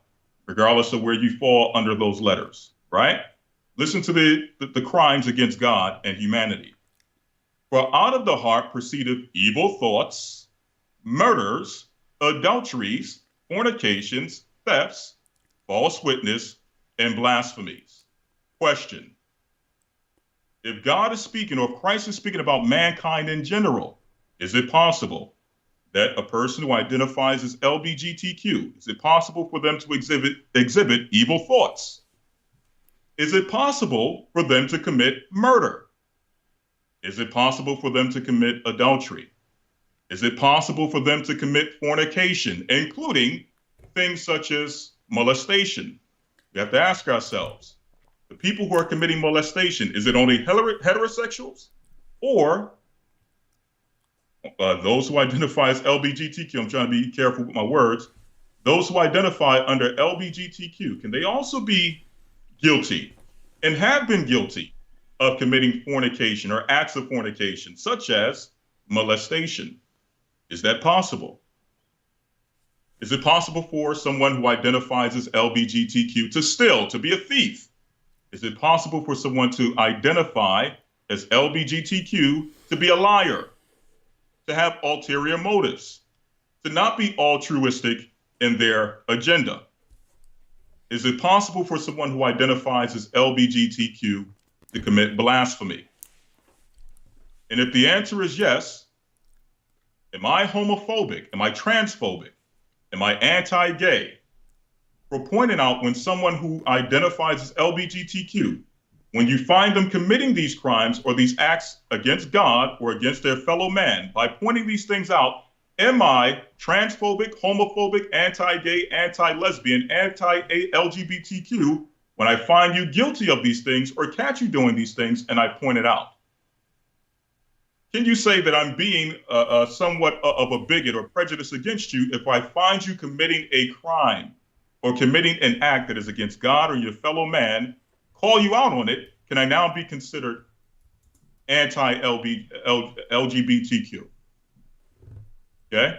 And the reality is that by giving a preferential treatment, this is my last point, by giving preferential treatment to a particular group of people, it can be any group, but in this case, we're talking about a group who identifies specifically with, sexual preference, sexual orientation. I know they don't like that label, but that's just what it is.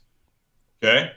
By giving a group of people uninhibited preferential treatment, you allow them to commit crimes against God and against their fellow man and always have an excuse when they're called out on it. Always have an out when they're called out on it. And that's my point. With that, I conclude. See, and I'm glad you brought that out. You understand, because put it this way. And I'm gonna go back to my original premise, Elder Lawyer. I believe that anyone, regardless of what you do in the privacy of your bedroom, should be protected under the law for someone who's committing a crime against them. Right? Thanks. But here's where special protection becomes dangerous. When someone know they have special protection and is using that as a shield to harm others, so that now when there's recourse for their actions, they can claim, well, no, you are attacking me because I'm gay. No, I'm attacking you because you, as a person who I didn't know was gay until you said it, attacked me. Right. And that's what it is. They're using these protections to harm, to hit and hide their hands. And now when people are coming back at them, they can now, under these political protections, cry foul. What I'm saying was no. We have to set a precedent then, because that means you have what? You have a double standard. You have something else when you come in the presence of us. Political protection. And what happens when you give someone that type of power and they know there's no consequences for their actions? I'm going to show you what happens. Look at your screen. father is suing. A lot of some of this was brought out in the academy, but I had to bring this one out. Y'all need to get in that academy, folks. But anyway, father is suing woke London County after his 15-year-old daughter was DPAR. I'm going to say it backwards because you know these algorithms here. DPAR in gender fluid girl's bathroom by a skirt wearing male student, only for cops to arrest him after he complained at a school board meeting. So under these laws now, a young boy can put on a skirt and go into a gender fluid bathroom, whatever that is, where a girl he been thinking about and sexually assault this girl. The father was arrested and the young boy was transferred to another school. This is what happens under these rules, folks. The predators actually receive what? Immunity while attacking society. This is what happens. So it's time, Elder Lloyd, so now what is time for? You know what it's time for? It's time for a conversation. Sir. It's time for a conversation. If you can't act right amongst the traditional system that got us to where we are now, it's time for us to say, you know what? We're going to have our regular male and female bathrooms going forward. And if you want to have something different, guess what? We're not going to change 95% of the population's rules and traditions for the vast minority of people who have a certain sexual preference. You get your own gender fluid bathrooms the way you used to have them and allow us to do what? Keep our values. Have bathrooms for you. If that's what you like and every man and woman all can go in there, guess no one's stopping you because you're only a small segment of the population. But it's time for lines to be clearly drawn. And where parents have to stand up and say, if you got gender fluid bathrooms where my children aren't safe, I'm taking them out of this school. I'm taking them out of this school. Because we're not going to change everything for 5% of the population and a segment of that 5% have an axe to grind against us all. These people, no people should have political protection under what? Under a country that already have laws for those who commit crimes. And if anyone knows that there's laws for those who commit crimes, it's us, black people. So there's laws on the books that will protect gay people if they're getting abused. But they're giving them extra protection. Why? Why? Because they're looking to destroy the family. The family is what? The family is the only weapon left against this evil. The nuclear family. We don't need them as counselors. We don't need them as preachers. We don't need them as guides. We don't need them as anything. Y'all do that amongst y'all people. We have to set a moral standard and say, you cannot counsel me for nothing. You cannot teach me nothing. Okay? It's time for us to take a moral stand or lose our children altogether.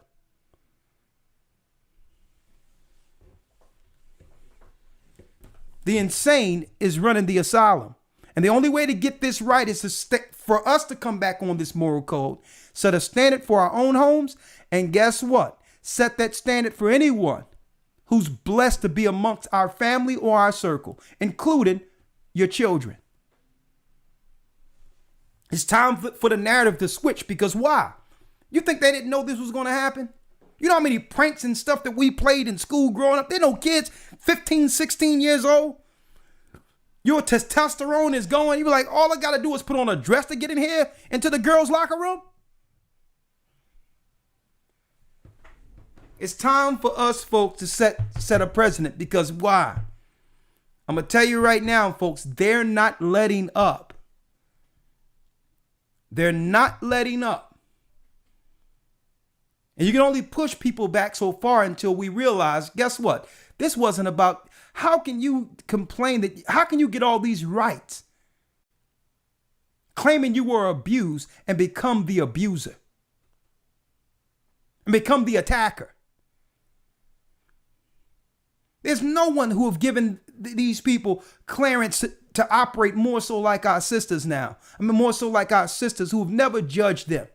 And now they're on these rumor programs and all these other programs, these all over the place, just talking down on sisters, attacking sisters on these radio programs.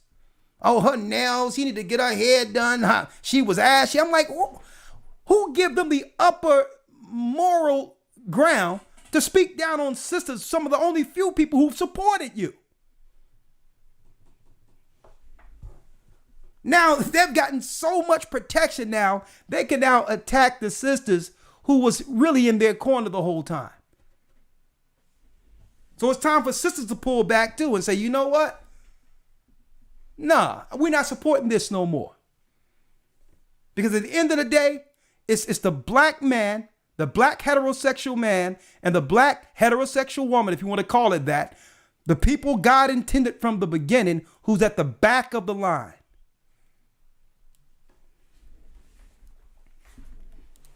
Elder Lawyer, anything else before we pull in the calls here? No, sir. Let's go to the calls. Okay, and let's talk about it. What are we talking about? The vindictive spirit of Sodom. It's time for the righteous. We must now gain control against the victim narrative. We must gain control over the narrative no more. Okay? Why is it that when a black man dies, just a black man died? It had nothing to do with what his sexual preference was. But if a gay man dies or get killed, still black, he must be highlighted because it must have been a crime against his sexual preference. Something is seriously wrong when thousands of black men get killed every year. Crimes go unsolved in America when it comes to black men, and none of us should be harmed. But yet you're going to highlight black the gay life, the gay people who get killed that are black, and only 28 of them died. Not to say any number is good, but compare 28 black people who's dealing with that lifestyle compared to the thousands in America, and none of those stories are ever make headlines. What's wrong with that? That would have us believe that there's some epidemic of people stalking and taking down people who's in that community. It's time for us to say no more. I don't think anyone should bully or come against a person regardless of what their sexual persuasions are. I don't think anyone should get special attention or special protections politically, because usually they abuse that protection. Mm-hmm.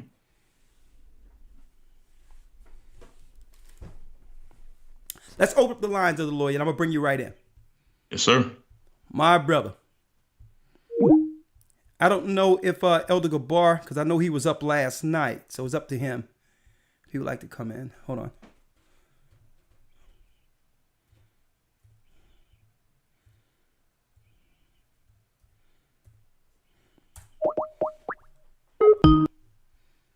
Blog Talk Radio.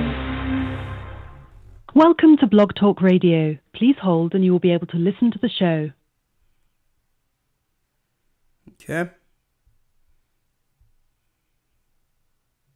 Unmuted. Okay, I'm live on Blog Talk.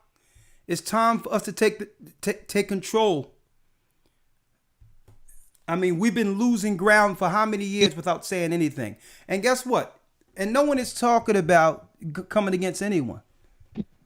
But it seems like these rules that are on the books are now being targeted at our children.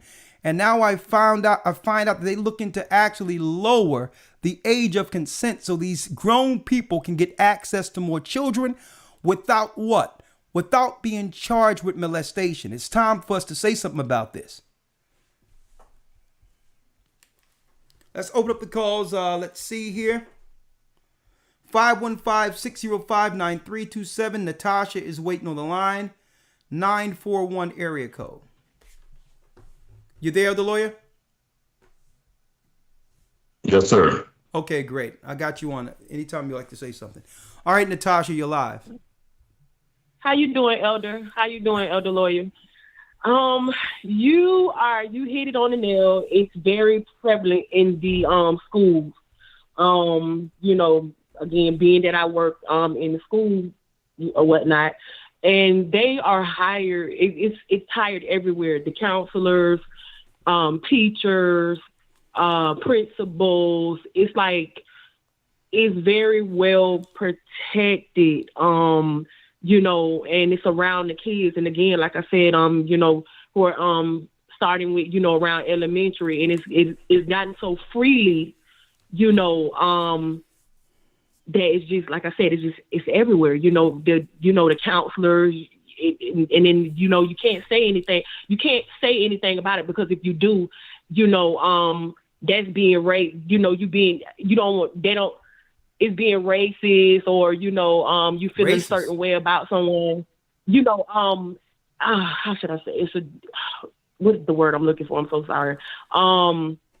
You being biased, like you know, well, what's wrong with them or whatnot. And it's being taught, and it's being taught in schools, you know, when you have your kids and they go to the counselors or whatnot, you know, it's there. You know, it's okay for them to, you know. Well, let me ask you, because what you're saying is apparent. It is there. My question is, because it's not going anywhere. It's only going to get worse. My question is, knowing that, do you have children in those schools? I have children in the schools. I have one in high school and two in middle school. Okay. And good thing that. But knowing that, what are you doing to shield your children from that ideology if it's everywhere? What are you doing? Because eventually, let me tell you, and I know the influence a teacher can have on a student. Yes. I mean, a lot of teachers I grew up with shaped my direction in the absence of my parents. Yeah. When they sing certain talents, they say, "Yo, why don't you join theater? Why don't you go into the art club? Why don't you? What do you think about this?" So it was outside my parents, when it was really the community were all churchgoers. So there was really not like it is now, where you got Satanists and all types of perversions and all that in our inner city schools. Yeah. And so what I'm saying is, we need to do something, because that in of itself is a disadvantage. Because when you go into the suburbs and other schools outside of our community, it's so different. They don't allow So when I'm asking but when I'm asking you, knowing that they may push these progressive ideas on your children against your moral code, what are you doing to move your children out of harm's way, so that they're not affected? Affected by these people. I have one, you know, me and my family, we pray every morning before they go to school, and I've had conversations with them. I keep conversations with them about that. You know, that they know that it's wrong.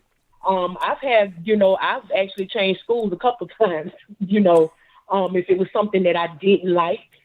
You know, I've changed schools before. You know, I took them out public and put them in, you know, something a little more smaller or whatnot. But even the smaller ones are getting out of hand now. Let me show you. Let me give you an example and tell me if this is something along the lines you've done. Right? They tried to teach sex education in our schools during the time. At one time, they first it was hygiene. And they wanted to bring in, I don't know what hygiene class. We're talking about, we learned to wash up at home. What are you talking about? But it was called hygiene. Then they wanted to go into sex education, where, you know, one of my peoples came up to the school and say, well, nah, I don't want him learning that. Okay. So what I'm saying is we must find out what the curriculums are that's being given to our children. Pick and choose, and then go to the administrator and let them know the things which compromises you being able to raise your son and daughter traditionally. You have to look at their roster. Listen to what I'm saying. You have to look at this and say, nah, I'm going to school with you, and I'm putting on record from the principal on down what will not be taught to my children. On record. Alternative lifestyles is against my core belief religiously. I don't want my child to hear nothing about some. Have you done that? They tried it with my They tried it with my high schooler. They tried to teach sex ed, and I was against it. And the teacher, it was so funny because the teacher called me, and he was like, "Well, he can't get a grade for it because we really need it." And I said, "Well, what's the reason why he needs it? What's the whole point of him needing it? I don't want him doing it." He was like, "Well, yeah, he needs the grade," and it was just it was a whole bunch of mess. And and this was during the pandemic, at the time when they was homeschooling or whatnot. And I was like, what was the point of them having this education? He can get it from me. I can have a talk with my child about this. So they tried to push it. They tried to. Exactly. And the thing is, as parents, and believe it or not, I can honestly say that I'm always constantly, fighting, just to try to make sure if your kids is all right in school. One day my son came home and he was like, "Mom, I'm not kind of feeling comfortable in school because I have something, kind of sitting by me." And I'm like, "Well, are they saying anything to you? Are they, and I really felt, I felt what he was saying or whatnot. I was like, well, just ask the teacher, can you, be put somewhere else? Can you play somewhere else?" And like I said, the teachers that come into the, coming in right now or whatnot, I mean, is prevalent. It's everywhere. Listen, you can't, if you come to them and say something about it, they kind of look at you wrong or whatnot. It doesn't matter. It's heavily protected. See, but sister, this is what we have to do because, of course, sisters are more agreeable, and by nature, that's the way sisters are. The reality is, when I come into a set, I'm coming in with full authority. I'm coming in with the authority that what? Your salary is being paid through tax dollar money. I'm not coming in there to offend you either. I'm like, no. Now, I'm not fighting some evil indoctrination in my home that's changing how I've raised my home. It's not going to happen. And I'm not paying you to do that. So I go to them and say, listen, no sex education. I don't care about the grade. That doesn't translate anywhere. That's not translating into the world. Because any education, education, it's indoctrination. When they start teaching about sex, they're giving children ideas on how to have sex. That's what it is. They weren't even thinking about it until they got that class. They started teaching about suicide prevention. And what happened? Suicides went up because children at one point didn't know suicide was an option until the class. Right. So they come from a victim stance, but it's really planting seeds and choices in your child's mind. Are you depressed? One day, my son, matter of fact, I'm gonna push you on the whole. I can tell you online. One day, my son was in school, and the teacher asked him because they know I'm straight masculine. I'm coming in in defense of my son, especially when I know what's going on and some of that mess up in there that I already told him. I don't do any holy days. I call it holy days. They said holidays. I'm like, no, these are holy days. Don't try to put an I in it. These are Satan's holy days. No holy days for my son. Holidays, yeah. I is synonymous with Y. No holy days. No Christmas. No, none of that. No Easter egg hunts. None of that. But I say it I'm like, it's against the traditions of my forefathers religiously. And I make it clear. No pork, no this, no that. Okay. And I tell my son I can compensate in other areas. So because I'm setting rules when it comes to my son not getting indoctrinated, a teacher began to ask my son questions. Oh yeah, your father, does he hit you with his hand or with a belt? Wow. So implying that I hit my, this is the question they ask. Right? So some dude come to my door because I guess my son said, well, whenever he spanked me, usually he used his hand. But because he said that with a trick question, it let because this is how they ask the question. So to get back at you, they try to use DHS. So DHS, you know, I was living on the 3rd floor down in West Philly at the time.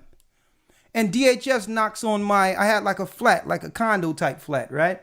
Knocks on my door. And, you know, it was a guy at the door. It looked like he had a whole thing of blue magic grease up on his lips. Lip shine and whatever. Excuse me. And, you know, and then, you know, I'm looking down at the door. He's looking at me talking about, excuse me, are you? I'm like, can you get your feet from out of my door? I'm just saying, I'm here. I'm like, listen, dude, you're going to back up off. I'm from I don't care where you're from. You're going to back up off my door, sir. I'm a holy man, but I'll pray over you afterward. You understand me? Look like he had a whole thing of blue magic with glitter on up on his lips trying to tell me what I'm like, listen. He says, but do you abuse? I'm like, listen, dude, back off. Okay, whatever you have, leave in my mailbox. Never seen him again. Of course, they had some stuff, but I don't deal with that crap. Because this is what they do. They get you in school. If you don't agree with the indoctrination, and then what happens? They try to get DHS or some type of home thing to come into your home. They try to get you sideways that way. So one day I went to the principal. You know, she was pretty hard, sitting there hard. Had the vibe going on. You know, the strong, Mayweather type tip happening. And she was like, well, it seemed like every time we look in, Mr. Shepherd, there's an issue there. I'm like, listen, I have rules in my house. Y'all have y'all rules. As long as y'all don't violate my rules and have my son come in messed up head and all that, whatever y'all do here is y'all business. And then she says, I think it'd be a good idea if you homeschool. What do you think? I'm like, great idea. He says, here's Agora homeschool. It's great. She had the paperwork waiting for me and everything. She had she had the paperwork waiting. She looked up the homeschool for me. There was computers coming to my house, microscopes, another computer. I was working at home and he was right beside me. Because they realized I was going to be there every time they bring some crap. And they send my son home with some crap that I would have to now chastise him for, because that's what's going on. They're turning our children against us. Yeah, they turn our children against us. Yeah. So, hey. Yeah. And I had to let her know. She went to ask my twins, questions, and I had to let her know my house is not broken. My children are not broken. Yeah. You know, and I had to back. She backed off. And I let her know that any conversations that she have, you call me. Feel free to talk to me and call me about anything you want to know. So that pretty much lifts everything up. But you're right, Urban. You all right. You all right. Oh yeah, I think I triggered something in people when I said that blue magic. When lotion was missing. Yeah. When you ain't had no lotion, boy, that blue magic. You sitting there working at that thing happening, all on the calves and everything. Go on, let's get the next one. 228 area code. I know lawyer cracking up. 228 area code. Let's get the next one. Shalom, Elder Shalom. This is son of Judah, Brother Hayes, Brother Kenneth Hayes. Hey, how you doing? Hey, let me ask you, man. Have you been in that academy or what? Because we bringing it. You know it. Okay. I've been in the first academy. I was in half of one academy. Wanted to get back in, but taking care of bills and trying to do what I got to do to prepare for the wilderness. But I will, however, Elder, be in the next academy, and I know it's gonna be off the chain. Oh man, wait till you see what I got coming. But go on, talk to me. Yeah, now Elder, I got a question. Wow. Okay, you know how you was talking about how our brothers be dying in the streets and we see them all the time, right? But they paint this negative picture, a portrait of our brothers to make us go against our own people. But then when they show somebody else, whether it be of another sex, whatever their orientation is, or another race, if they have that, that number or letter over them or whatever, they make it to where they're like a victim. Well, my question is it propaganda? Could it be propaganda that when we see our brothers die innocently and they make them out to be bad, but then it be somebody else dying, and as long as they're got a letter on them, they make them like out to be a victim, so we would feel, some type of way, some type of sorry for them, and maybe that could be planting seeds in us to like, you start to accept it, you start to be like, oh, and that person, you know what kind of question I'm trying to ask, right? Yeah. That you start to feel sorry. Yeah. And you start to accept, See, but we know that's wrong. Listen. First of all, no one is a monolith, right? Which means I don't feel a certain type of way about something that I had nothing to do with. I didn't do nothing to you. So I'm not going to get all pressed upon that. I'm going to deal with, and this is what propaganda does, brother. And this is how you look. This is how you look at the news going forward. Any protected group where they'll make special laws to protect, the media is actually letting you know outright the exact group that they're using to attack you.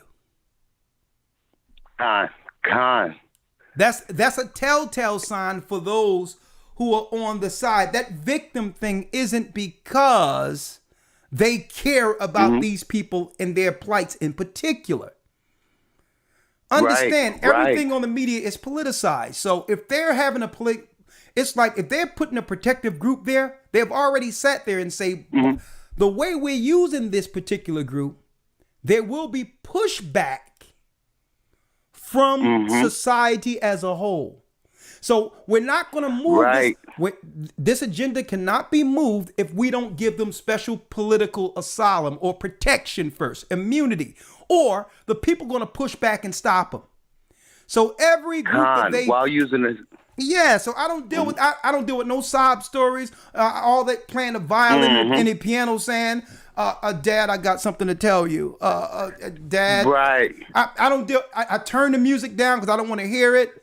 Dad, I got something to tell you. I've been struggling for a long time, and George, who you thought was on the basketball team. Yes. I'm not going for none of that. And then the father start crying, saying, "Boy, son, I knew."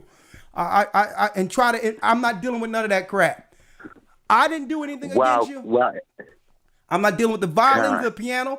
I don't want to hear your coming out story. Because I'm not telling you when do heterosexual people or people who naturally got to say, I'm coming out as a person who like women? Elder. I'm not dealing with none of that mess. Is that like their lesser magic? Yeah. Really, what they're doing, brother, Elder. When they put these groups out there like that, they're giving that group political protection, knowing the harm it's going to cause in society. There is no there is no black people or people coming against Asians over Asian hate, over this hate or that hate. It's political protection of a group they're using to attack us. That's what it is. To destroy our people, trying to get us to feel sympathetic for the very same people destroying us. Exactly. So this is what I do. There's on the remote control, right? There's a speaker with a line in between it. It's the mute button. You know that mute button? Man, let me tell you, I use that thing on cue. When there's any commercials of pharmaceuticals, anything. And listen, and another thing. When it comes to Disney and all that stuff, we have to watch what our children are tuning into. And if we have to cancel those stations that are pushing those agendas on our children, you must get in front of it and cancel those stations. Elder, I've already taken a step, Elder. Great. You know what I do? I stay in this word and stay into listening to my elders, stay into listening to y'all. There you go. Yep. See, we were Yes, giving indeed. it. Let me tell you, we're going to give you the inside scoop on things, right? I'm not dealing with the violins Yes, or indeed. nothing. I don't deal with no cancer commercials. I don't deal with none of that stuff who programmed me to believe that I'm going to die of something. I don't deal with none of that stuff. I don't deal with them sitting there making me trying to feel sorry for a group that, listen, nah, until y'all start sympathizing for Israelites as a whole that's suffering the curse of Deuteronomy 28 with some violins behind it, I don't want to hear it. Thank you, my brother. Con. All right. Con. The water, Elder. The water. All right, Mr. Hendricks. I'll see you there, Sunshine. I'll get you in a moment. All right, 702 area code. Mr. Hendricks. Shalom, Elder. I'm just calling on a regards because basically you said some true facts that's basically going on with my situation. I'm a single dad of a 5-year-old daughter, and it's different when a man is raising a girl when she just came out the womb since birth. Okay. Make a long story short, she in 702 area code Clark County School, and I shared my thoughts with the principal and the so-called Clark County superintendent what I don't want my daughter engaging in. Okay.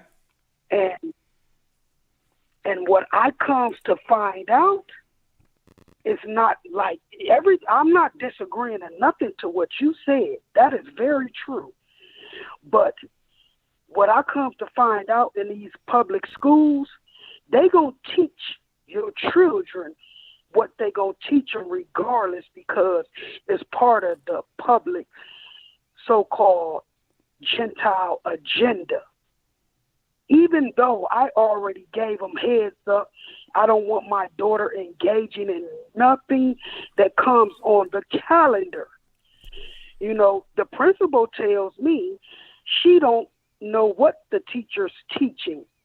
I told her teacher ahead of time, but that let me know they're going to continue to teach these children whatever they want them to teach them.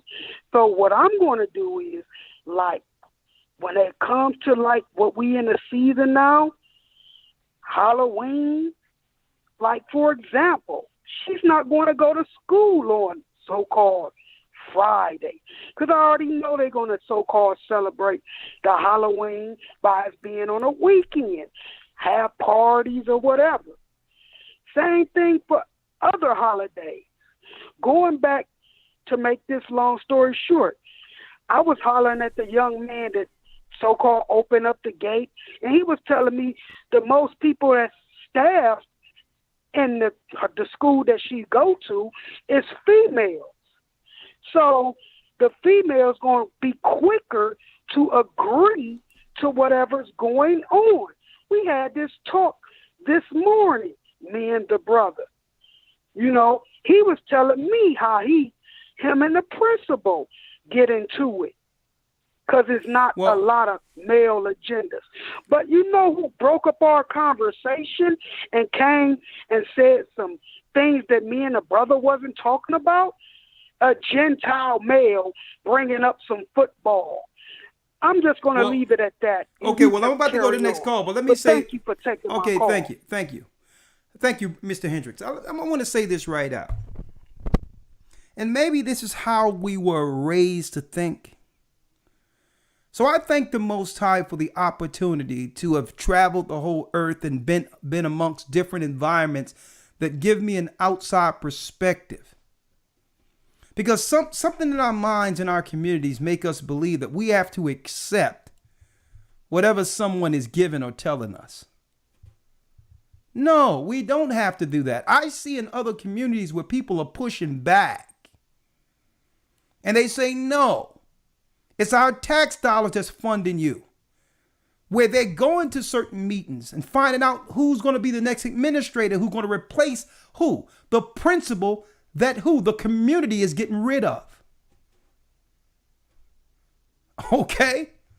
So this lack spirit to believe that they're going to do it anyway is why they continue to do it. If we come together and say, well, listen, you know that's tax money, right? And guess what? If y'all continue to send these freaks over here, guess what? You're not going to have a job politically. We're going to get you out of here.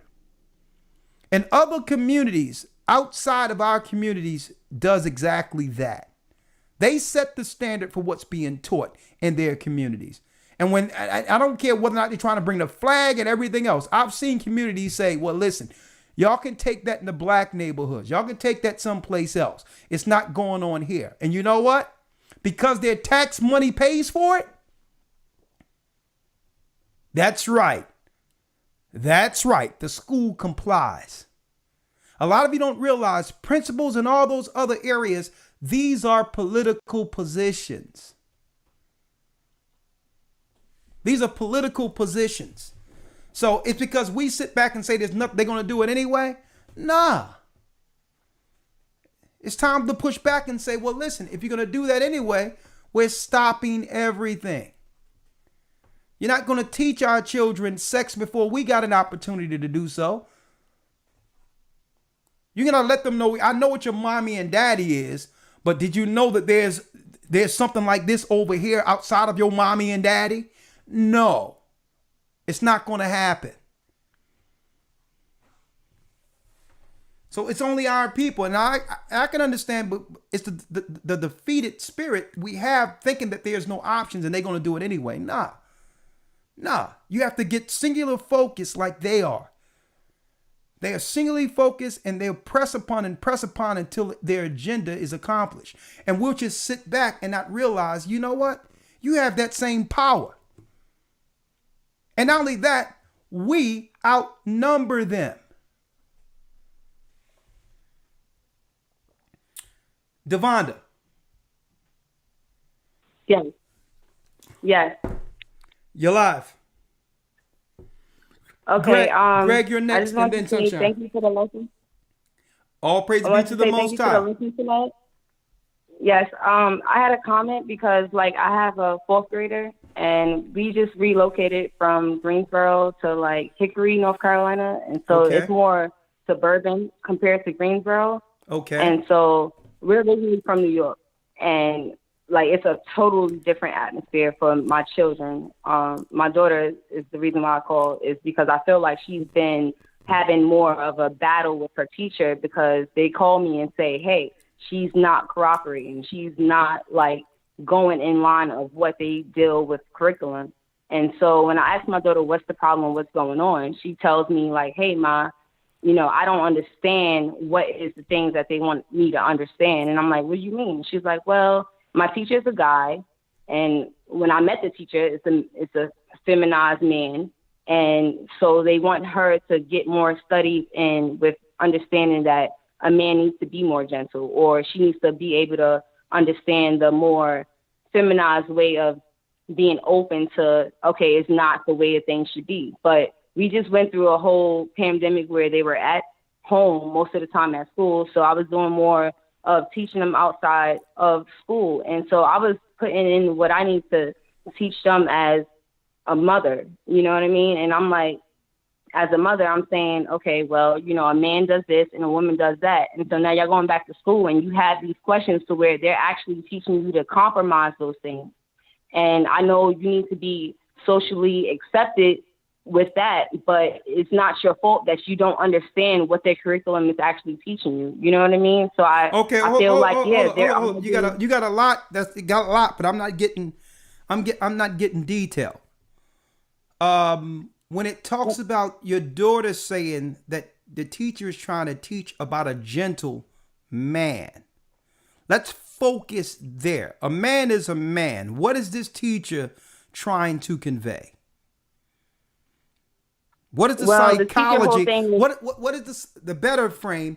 What is the psychology behind what he's showing your daughter?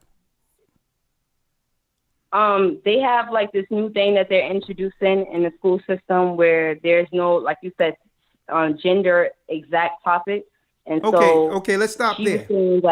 That, let's stop there, right? Where's her father? We're not together, but he's definitely in her life.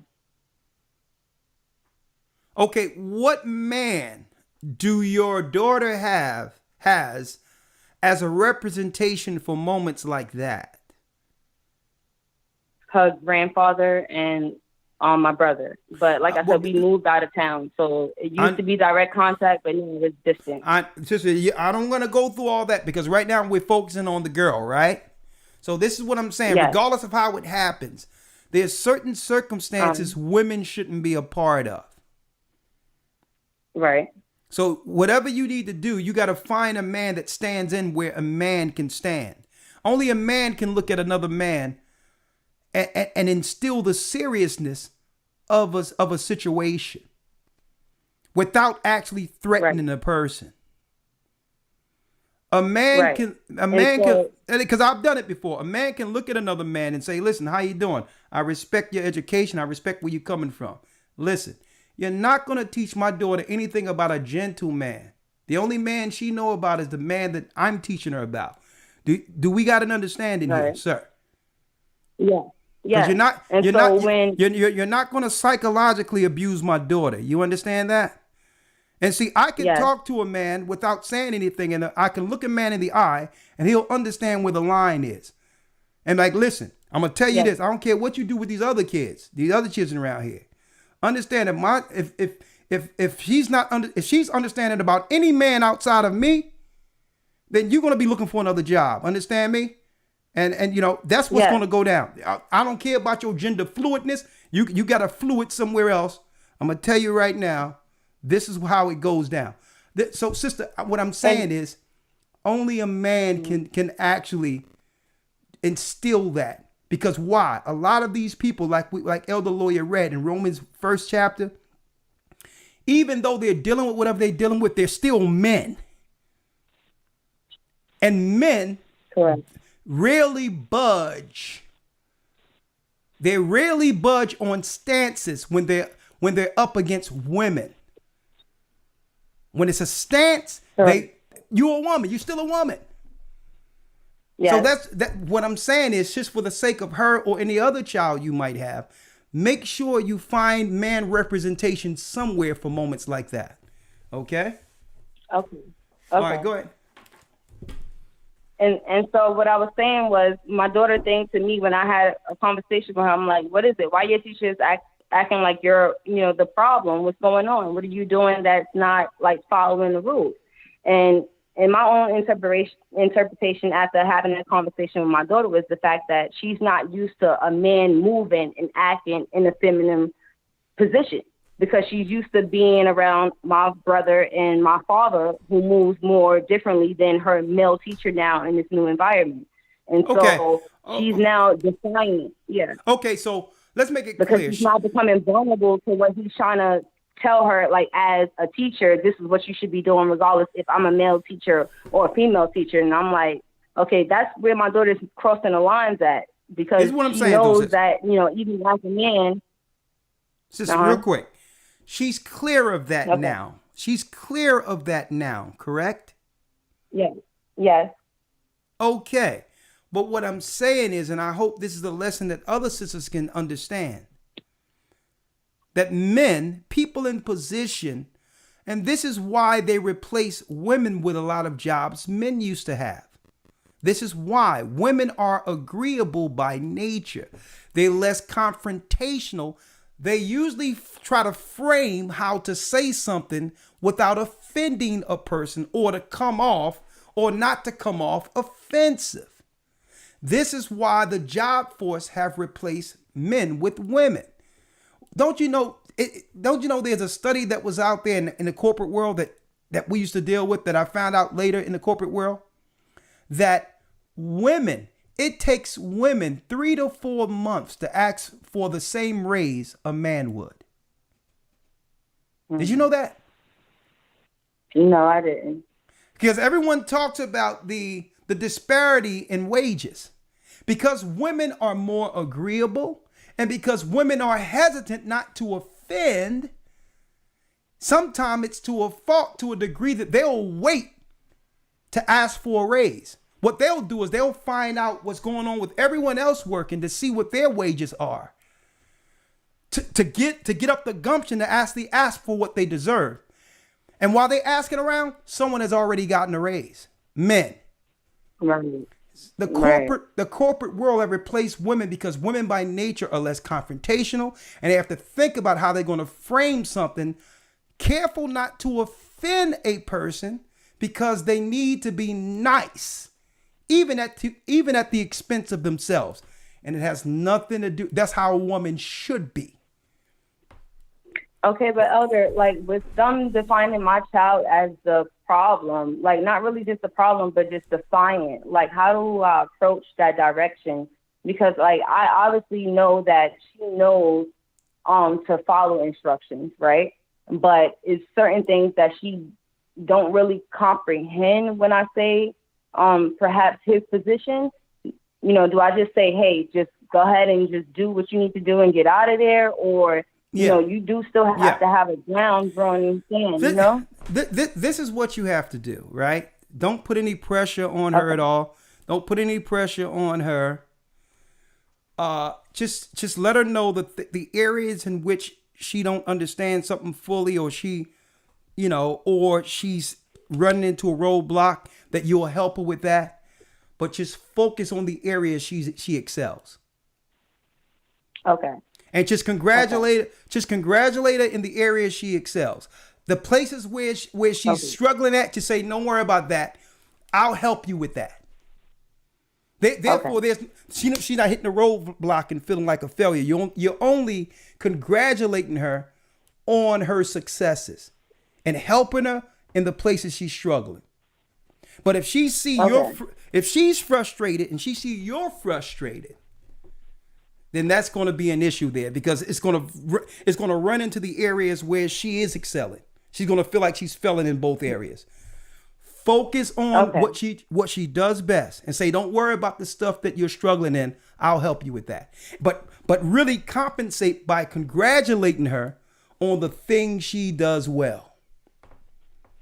Got it? Okay. And there you go. Yes, you got it. Absolutely. All right. Shalom. Shalom. All right. All right, let's go down the line here. All right, we have Eunice. Shalom. Okay. Shalom, Elder. How are you doing? I am doing okay. I am married, been married for 8 years, and we have 3 kids together. One is biologically his, but he has been a wonderful father to him.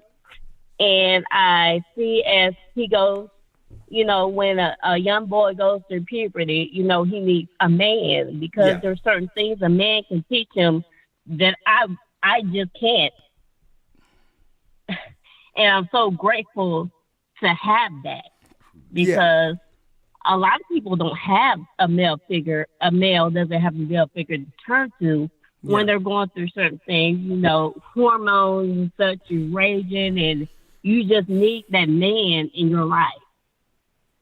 And I didn't have that growing up. I was raised by my grandmother. Okay. So I was not really taught about a lot of things that a woman goes through. My aunts helped me as much as they could, but my mother wasn't able to raise me. So I'm just grateful that I have a husband like that, so he can do things that I just can't. Praise the Most High. There's one thing I got a few calls. I just want to just try to hone in on the topic, the vindictive spirit of Sodom. Like, she gave a perfect example how some of these grown people are causing serious psychological damage by pressing upon their own personal agendas sexually on children. Now, even heterosexual people can't do this without it being called abuse or something wrong. So how can another person be inside of school teaching their sexual preference and teaching you should be tolerant of what I do behind closed doors with another man or another woman?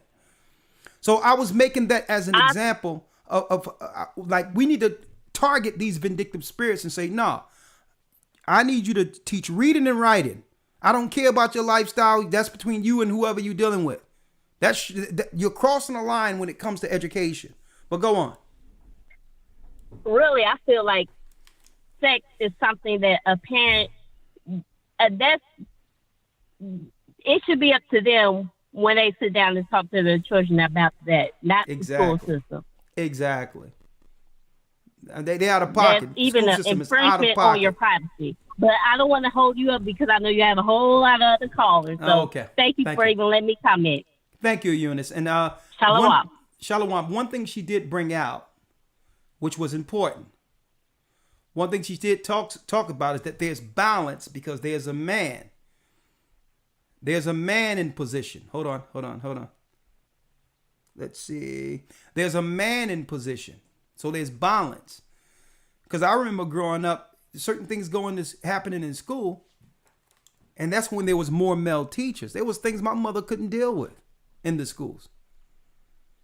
Because by nature, women are non-confrontational, usually. Okay? And so some things need to be confronted. Okay? Not threaten people, but some things have to be confronted head on like only a man can do. Like, no. Well, these are the rules. Listen, they're going to tell me what the rules are. No, that's your rules. I'm about to tell you my rules. Okay? Because there's an issue when your rules gets in the way of my rules. Do you understand that? All right, let me put you on hold. Hold on. I'm having an issue here. One moment. So and what happens that I see, and this doesn't usually happen in other neighborhoods. These so-called school administrations and those who work there, they try to look down on people in the community and think it's okay to be dismissive. And then you have to remind them, hey, you got the wrong one. Okay? I pay your taxes. Do you want this job? I will make getting rid of you the bane of my existence. And I'm talking about this job right here. Okay? If you don't do your job, understanding I'm a taxpayer, you don't know who's standing in front of you, but I will focus on getting you out of the way. I'll go to your boss and everybody else's boss until I get an outcome. Understand that what's not going to be allowed. Your rules is not going to infringe on my rules when it comes to who I raise in my home. Okay? Understand that. 918 area code. And I'll be nice about it. 918 area code. Alois. A Joyce or Alois. And Kwam, I see you waiting. I'm going to bring you in, Kwam. Alois or a Joyce? I don't know. Is it Alois? Okay. Alois? Yes, it's Alois. How are you doing, Alois? The floor is yours. Shalom, I'm fine. How you doing? I'm blessed by the best. And his name is AHAYAH. I was just wanting to comment on the victim mentality, or like they're playing the victim as far as alphabet people do. I was just going to say that like that went on in my household with my youngest brother a lot. So I don't even know if it's just straight propaganda or like the other guy was talking about. He was saying, is it part of their lesser max? Like, that's just that spirit, period. When you said your brother, the victim scenario with your brother, what do you mean by that? Context, details. Okay. So if he does something wrong at home or in the household, and like one of my older brothers got on to him about it, or anybody for that matter, because he was the youngest, then it would automatically play. He would automatically play the victim and blame it on him being that way. Okay, so you have people who would do certain things, but to shield themselves when they're being noticed, they would claim, no, I'm the victim, even though they're the one, they're the people who are selling or causing the issue. All right, I got you. All right, come on. I understand it now, but go on. it went on like for even until this day, you know, like it was this all kind of rumors being spread by saying that's why him and his dad didn't get along, and all of his brothers and sisters was because he was like. Now, Alois, is this along the lines of the gay persuasion, or this is just something happening with your siblings? Yeah. No, I'm talking about. Yeah, that's because he's gay. Oh, okay. See, now we get in context. You had a little brother that was dealing on the other side, causing issues up in the house. Right. All right. Okay, I got you. All right. So. And that just went on until this day. This is how he is. Did he get his life together? Is he okay, or he's still starting trouble? He's still starting trouble, and I'm. No, he hasn't gotten anything together. It's just people still dealing with the repercussions of his.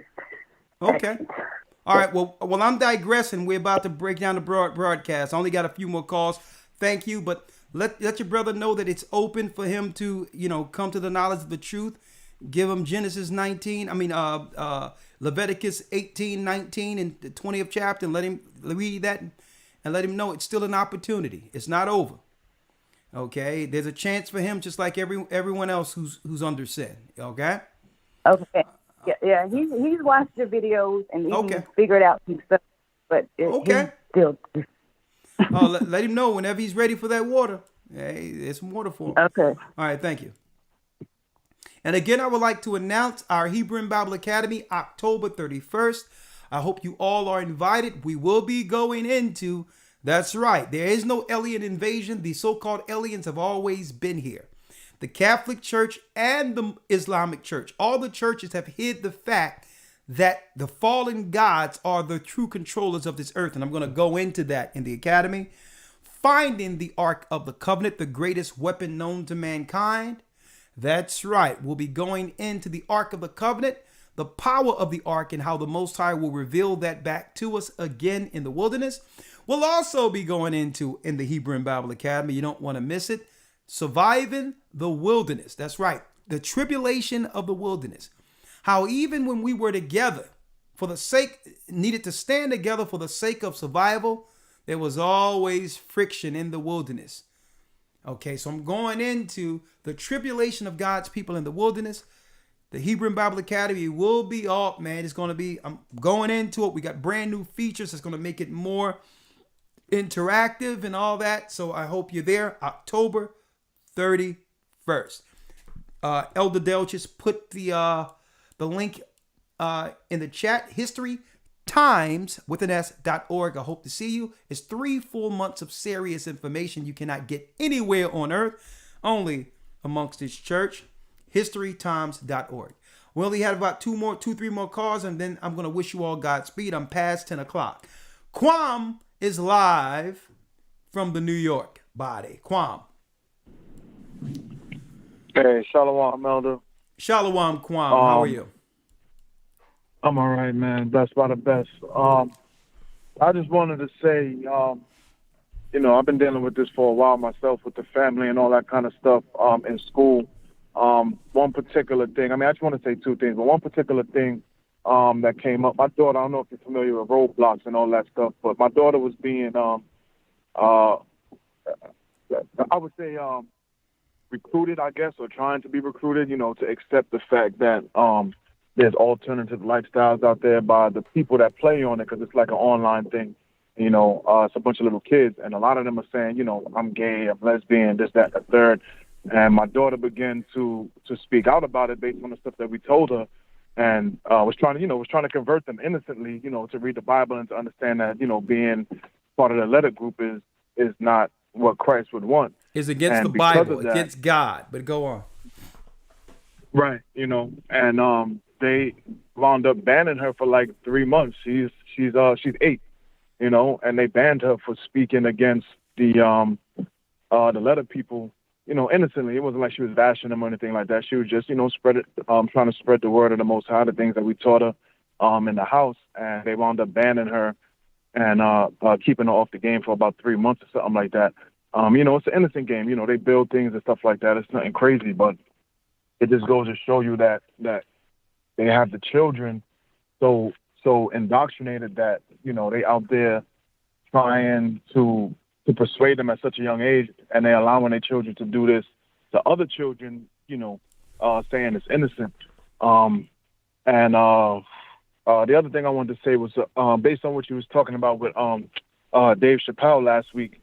You see how they tried to bash him and they talk about he was punching down or whatever, and as soon as somebody from their own community tries to help out and say that this guy is not trying to bash us, I know him and things like that, they turn on their own people and wound up making that person kill themselves. So it goes to show you that their agenda has nothing to do with us feeling sorry for them. It's more of them being right all the time, and they would even turn on their own people to the point where one of them will kill themselves based on how their own community feels about them. So it's really, like they want us to feel sorry for them, but they don't really want us to feel sorry. They want to be right all the time. And like he said, it's easier for a man to become a woman than for Muhammad Ali to change his name. And these are the things that they pushing in the schools. It's like, the Santa and Santa thing. I don't know if you heard of that book. They got the Santa and Santa book. They got the Adam and Steve dolls now. It's just, it's getting out of hand, man. It's getting out of hand. But there's an excellent lesson you brought out today, man. I appreciate it, man. It just shows the signs of the time, man. And I hope that all those people that have their children in school are looking to do something with homeschool, and that would probably be our best bet. And last thing, Elder, man, I got that movie script ready whenever you're ready, man. It's almost done. All right, hey man, I can't wait. And one thing I'd like to, you brought some great points. When you got it, bring it to me. One thing I would never agree with, Kwam, brother, and that's one-way aggression. One-way aggression. It's unfair that they can use something to target children, to talk one side about something without an objective view. When there's no more objectivity, then there's no more freedom. I don't want to hear about that where you can talk about and try to initiate my daughter, my child, into a lifestyle I've never discussed with her or him. But yet when my child shows the knowledge of God to push back, you have to ban the child? The child is not anti-nothing. No, it's just that everything's come with what? Objectivity. How can it be? Never stand one-way aggression, where someone can do whatever they want without no expectations of someone giving an opposing view. Guess what? I'm not even like that with teaching the word of God. This is the word of the Most High. And no way we can teach this and just go one way and then somebody say, well, I don't want to. If you can have opposing views all you want because you have the right to do so. That's let you know that something is wrong with this. Because you can push something with aggression without any expectation of someone bringing an opposing view. Nah, that's evil in of itself. It's okay to bring an opposing view. So unless you're going to use these children games and all that as what? Bait to move them. And this lets you know, folks, I'm going to tell you, it's a political agenda, because in order for them to grow a constituency, because a constituency is you get enough numbers to have political power to a point where a representative would have to represent you.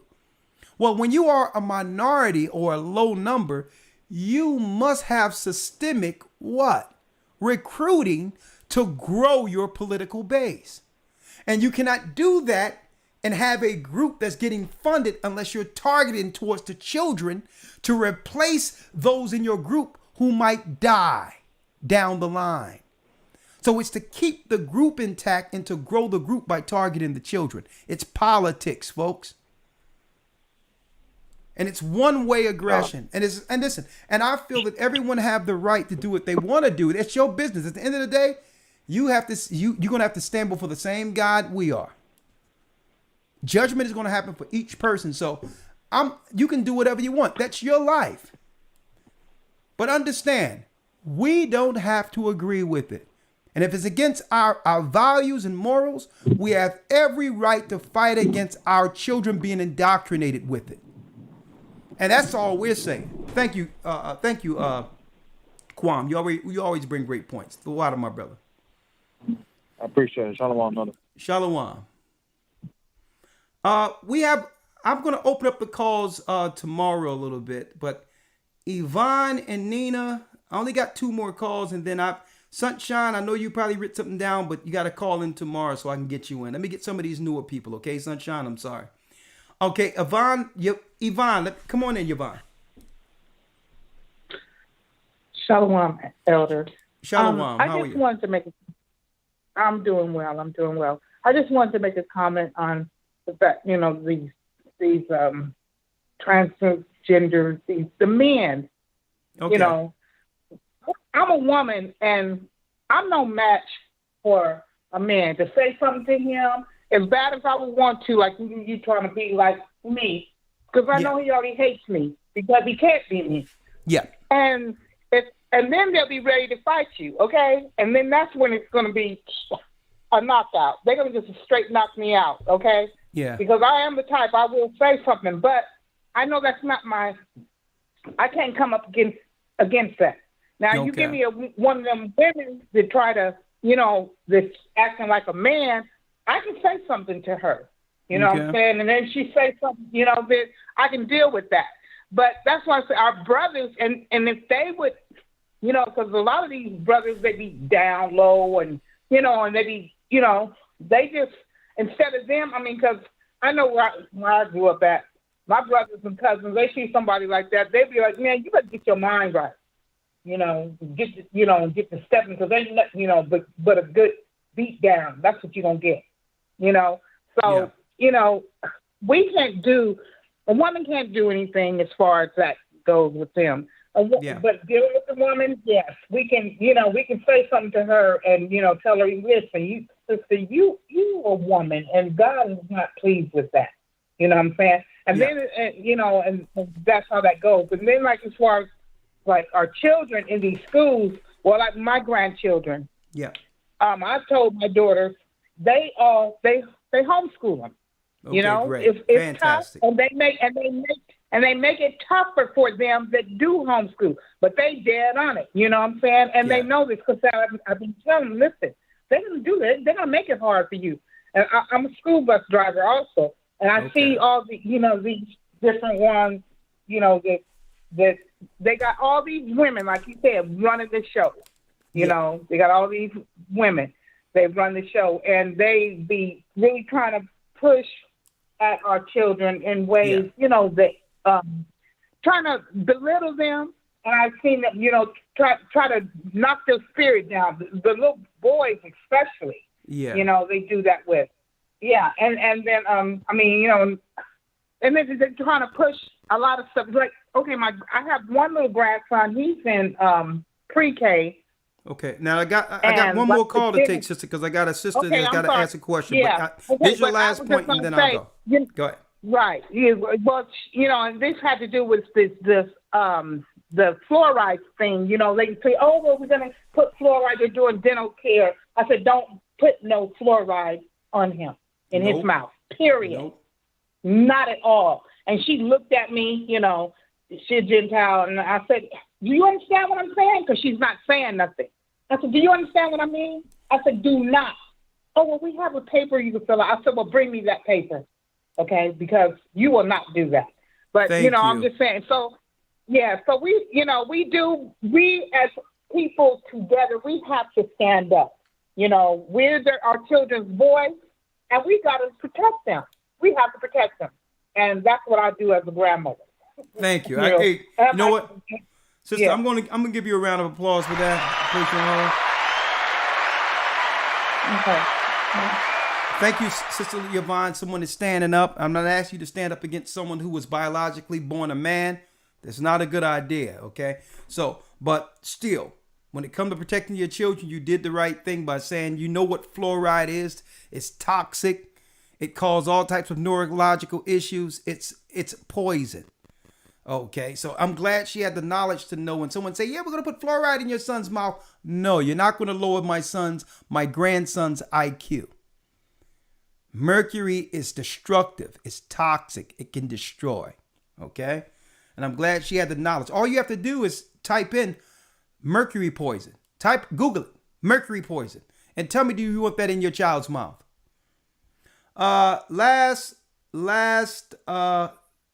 I'm sorry. I'm going to open it up for an hour just for phone calls tomorrow for Patreon because I have something to do this weekend. But tomorrow I'm going to open it up for between 12 and 1 just for calls on the Patreon. So we'll pick it up tomorrow between 12 noon and 1 p.m. Dejanique, last call for tonight. Sunshine, just call tomorrow. I'm sorry I'm unable to bring you in.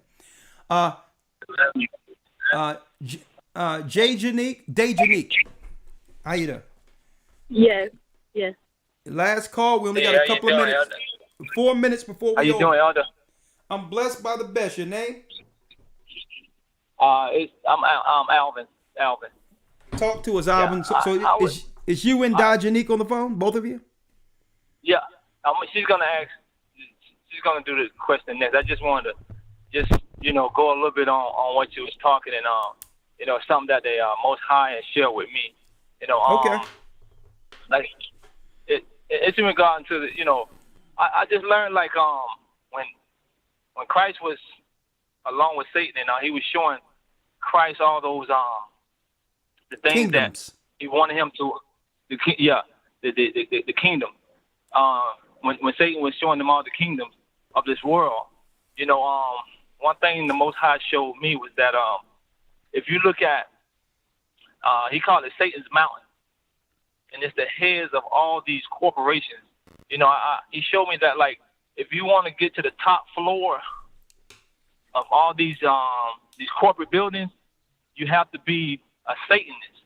And he showed me one thing too, that the heads of them are all part of the LGBT. And this is how they're slowly gathering these people. Hold up. Even though you are a caller, I have to say allegedly because there's nothing you have that can actually prove that. Okay. Right. Okay. Yeah. Allegedly. Okay. Allegedly. Go on. I apologize for that. Go on. So, with that being said, allegedly, that the higher you go up within these corporations, this is how they entertain you through parties and the entertainment way, and they gather you in, and they have all these these parties to slowly renew your mind toward the way they want you to think, and like I said, when God showed me this, according to like when Satan was showing Christ all these things, this is because I know you said that is Dejanique's name on the call. Do she have a question? Yeah, she does have a question. I was going. Okay, bring her on, and then you can explain that later because you're dealing with, you're dealing with what you feel or what you've been shown. You're not explaining to me how you were shown this. All right, so maybe it's something you came up with, and you build it with whatever the case is. But I went to the call because Dejanique had a question, right? Okay, hold on one second.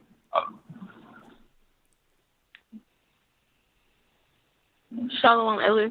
It's a question totally unrelated to the topic, but it's about my hearing loss because I have hearing, like, I think it's considered hearing loss is pressure on the ears, and I asked God himself, like, is there a cure for it? And then I laid down, and he said, world spotted dark chocolate. I saw 4 dark chocolate bars, and I saw Hebrew words in the background, and so I don't know what that really meant. So I ate dark chocolate, but it's still no changes. So I really don't know about that. Okay, all right, we got something going on here. All right, let me tell you what we got going on. What the brother who just said something? Okay. What's his name? Alvin. Okay, we got Alvin and we got Dejanique, who's just saying that they've been shown something. You've been shown to eat some chocolate to get your hair done. He was shown the top of a mountain. Where are you getting this information from, Dejanique? Where did you eat some chocolate from to grow your hair? No, I just got it from a dream. Like, it was a vision. Like, I laid on my back and then I saw 4 dark chocolate bars. It's all the world's finest dark chocolate bars. You know, the kids be selling that one. And then I saw Hebrew words. Sister, okay. Just let's relax for a second. Take your time. I'll take my time and answer your questions. All right. You're telling me we're on a program that's Bible based, and you're telling me you had a prayer about getting your hair back, and you fell asleep and dreamed of some chocolate bars, and you think it's the Most High who showed you these chocolate bars to grow your hair back. Yeah, dark chocolate is something. Okay. Let me ask you first, because I want to be clear. You're not trolling me here. No, I'm not trolling you. I actually did have a dream. Okay. It was a vision. I laid on my back and then I closed my eyes and I saw 4 dark. It was pertaining to my hearing loss because my ears were feeling heavy and it was discomforting. And I said, God, is there a way for like a cure for hearing loss instead of, because there's no cure for hearing loss right now. But how old are you, sister? How old are you? I'm 22. Okay, 22. Nice to meet you. Where you from? Where you from, sister? I'm from Jacksonville, Florida. Okay. All right. Nice to meet you, sister. Nice young lady.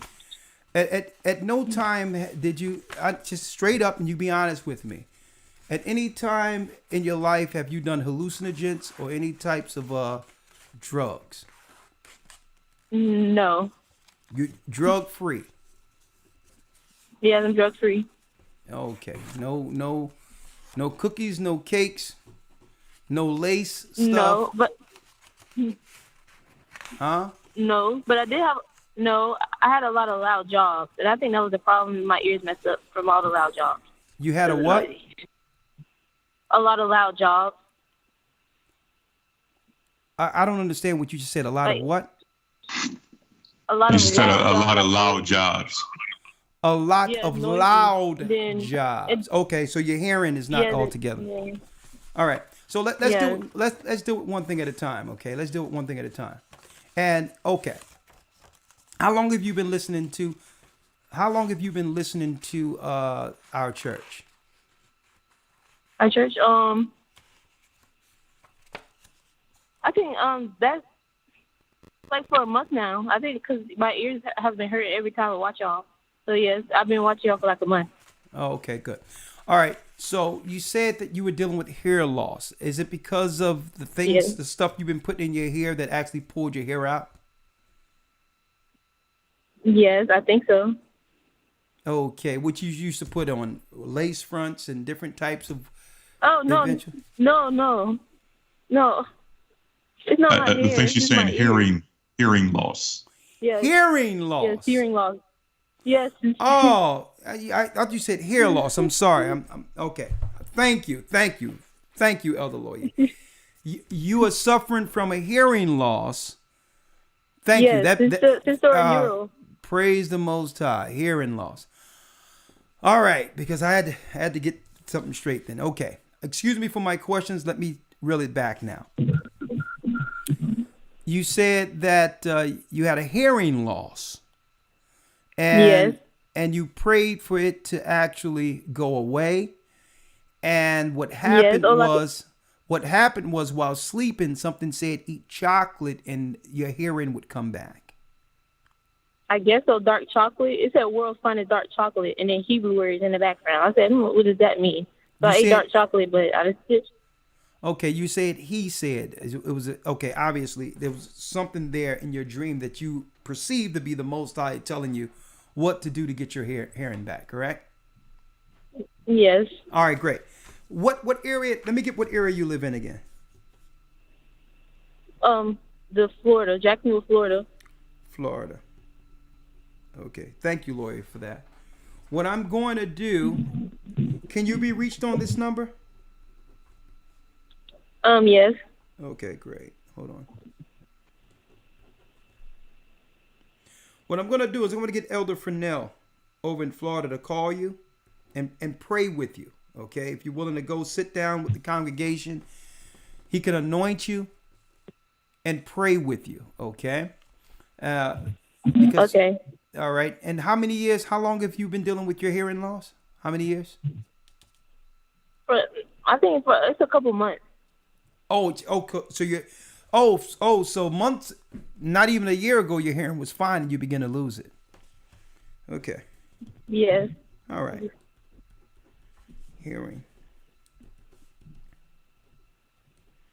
Okay. And you have your Bible. You read your Bible, right? Yes. Okay. All right. Now, the Bible tell you about how to regard dreams. It's like catching a shadow. Okay? Mm-hmm. And what we have to be careful from, and this is what led me to my questions. When we follow more so dreams without confirmation of the word, if we start leaning towards dreams and what we think, it falls into divination. Where we're more so lean towards a dream than the word of the Most High. And I'm saying that's the reason why I was asking you those questions, because I'm very leery of people who talks about visions and what they're shown without much scripture, without a foundation it's based upon. You know what I mean? You with me? Yes. And I'm not saying visions and dreams doesn't have validity, but you have to know the word of the Most High and pray and meditate on the word of the Most High to weigh your visions, because everything is in our dreams, good and bad. Yes. Okay. So you have to confirm, Yes. you have to confirm what's what and where it's coming from. Because why? Suppose a vision told you or something told you in a dream to eat that and you don't receive your hearing back. Right? Mm-hmm. So then that'll begin to weigh on your faith on whether or not you have enough faith and all those other things, when really the Bible says where two or more together, he's in the midst.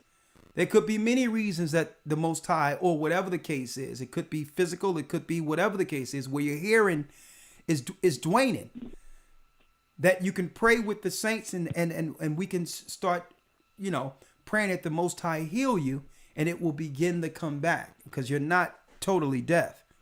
But what I would think you need to do, though, you should actually, believe it or not, and I'm selling you this, at least go to a doctor to see whether or not it was you, wherever you were working, your headphones. Are you using those headphones that goes into your ear, the ones that sticks into your ear, the Bluetooth and all those things? Yes. I did, like, yeah. I did a long time ago. Yeah, nah. You got to give your ears time to heal.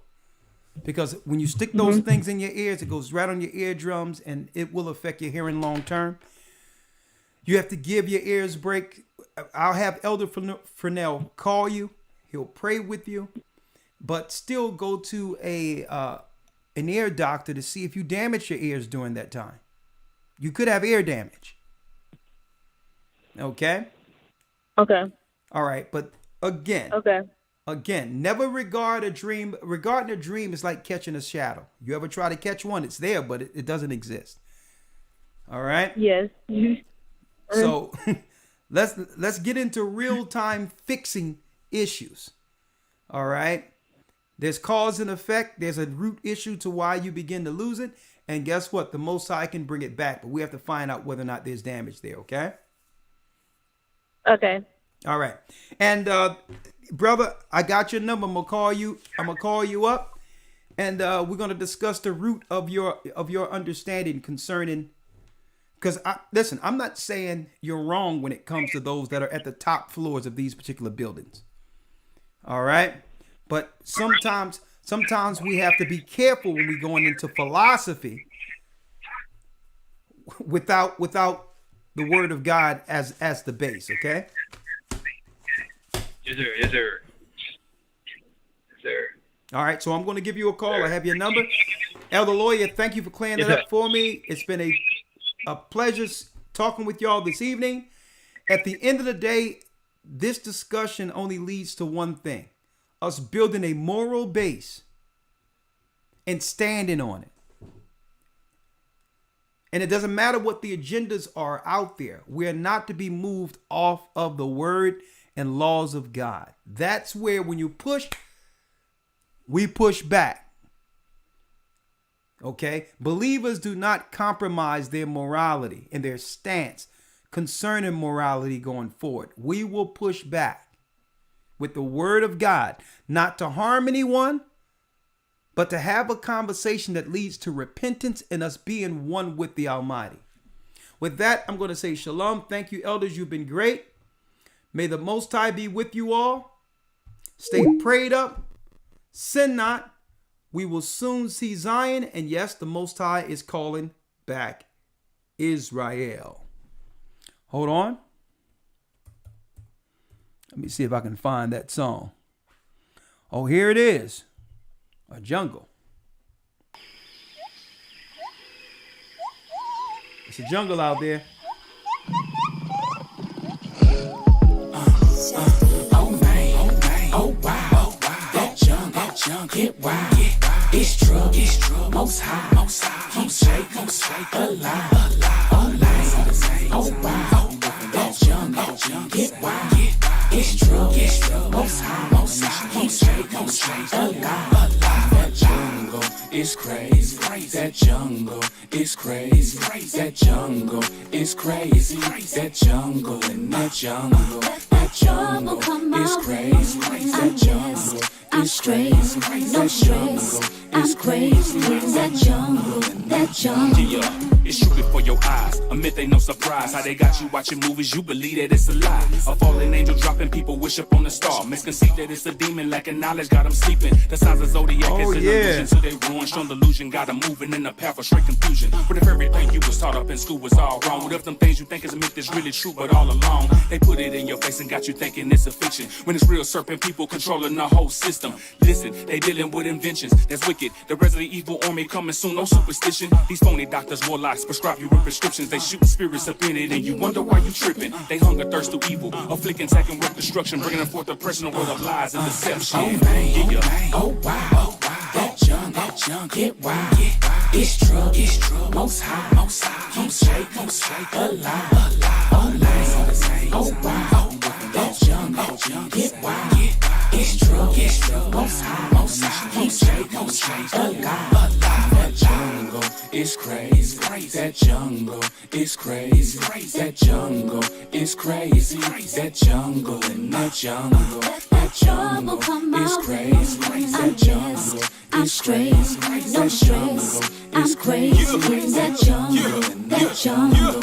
I'm a Judah gorilla, who wanna feel it? Catch me swinging from vines, might be chewing vanilla. Yeah, Madagascar, so now you wanna test it. I'm pursuing the scriptures, tell me who wanna test us. Not a foolish professor, keep a tool on the dresser. Beautiful like Sarah, kick just like a mule in a heifer. Since we moving like leopards, they refusing to step up. We the Jews by blood, they just oozing some ketchup. In the room playing dress up, but you're not that fly. Revelations 2:9, you are not that guy. Son of perdition on a plundering mission to take souls, take gold, straight roll, bring back everything it's sold. It's a jungle, Deuteronomy 28 and 68. Took the slaves of the ways to this place in a maze in a cage. But we escaped cause Yeshua left a shame.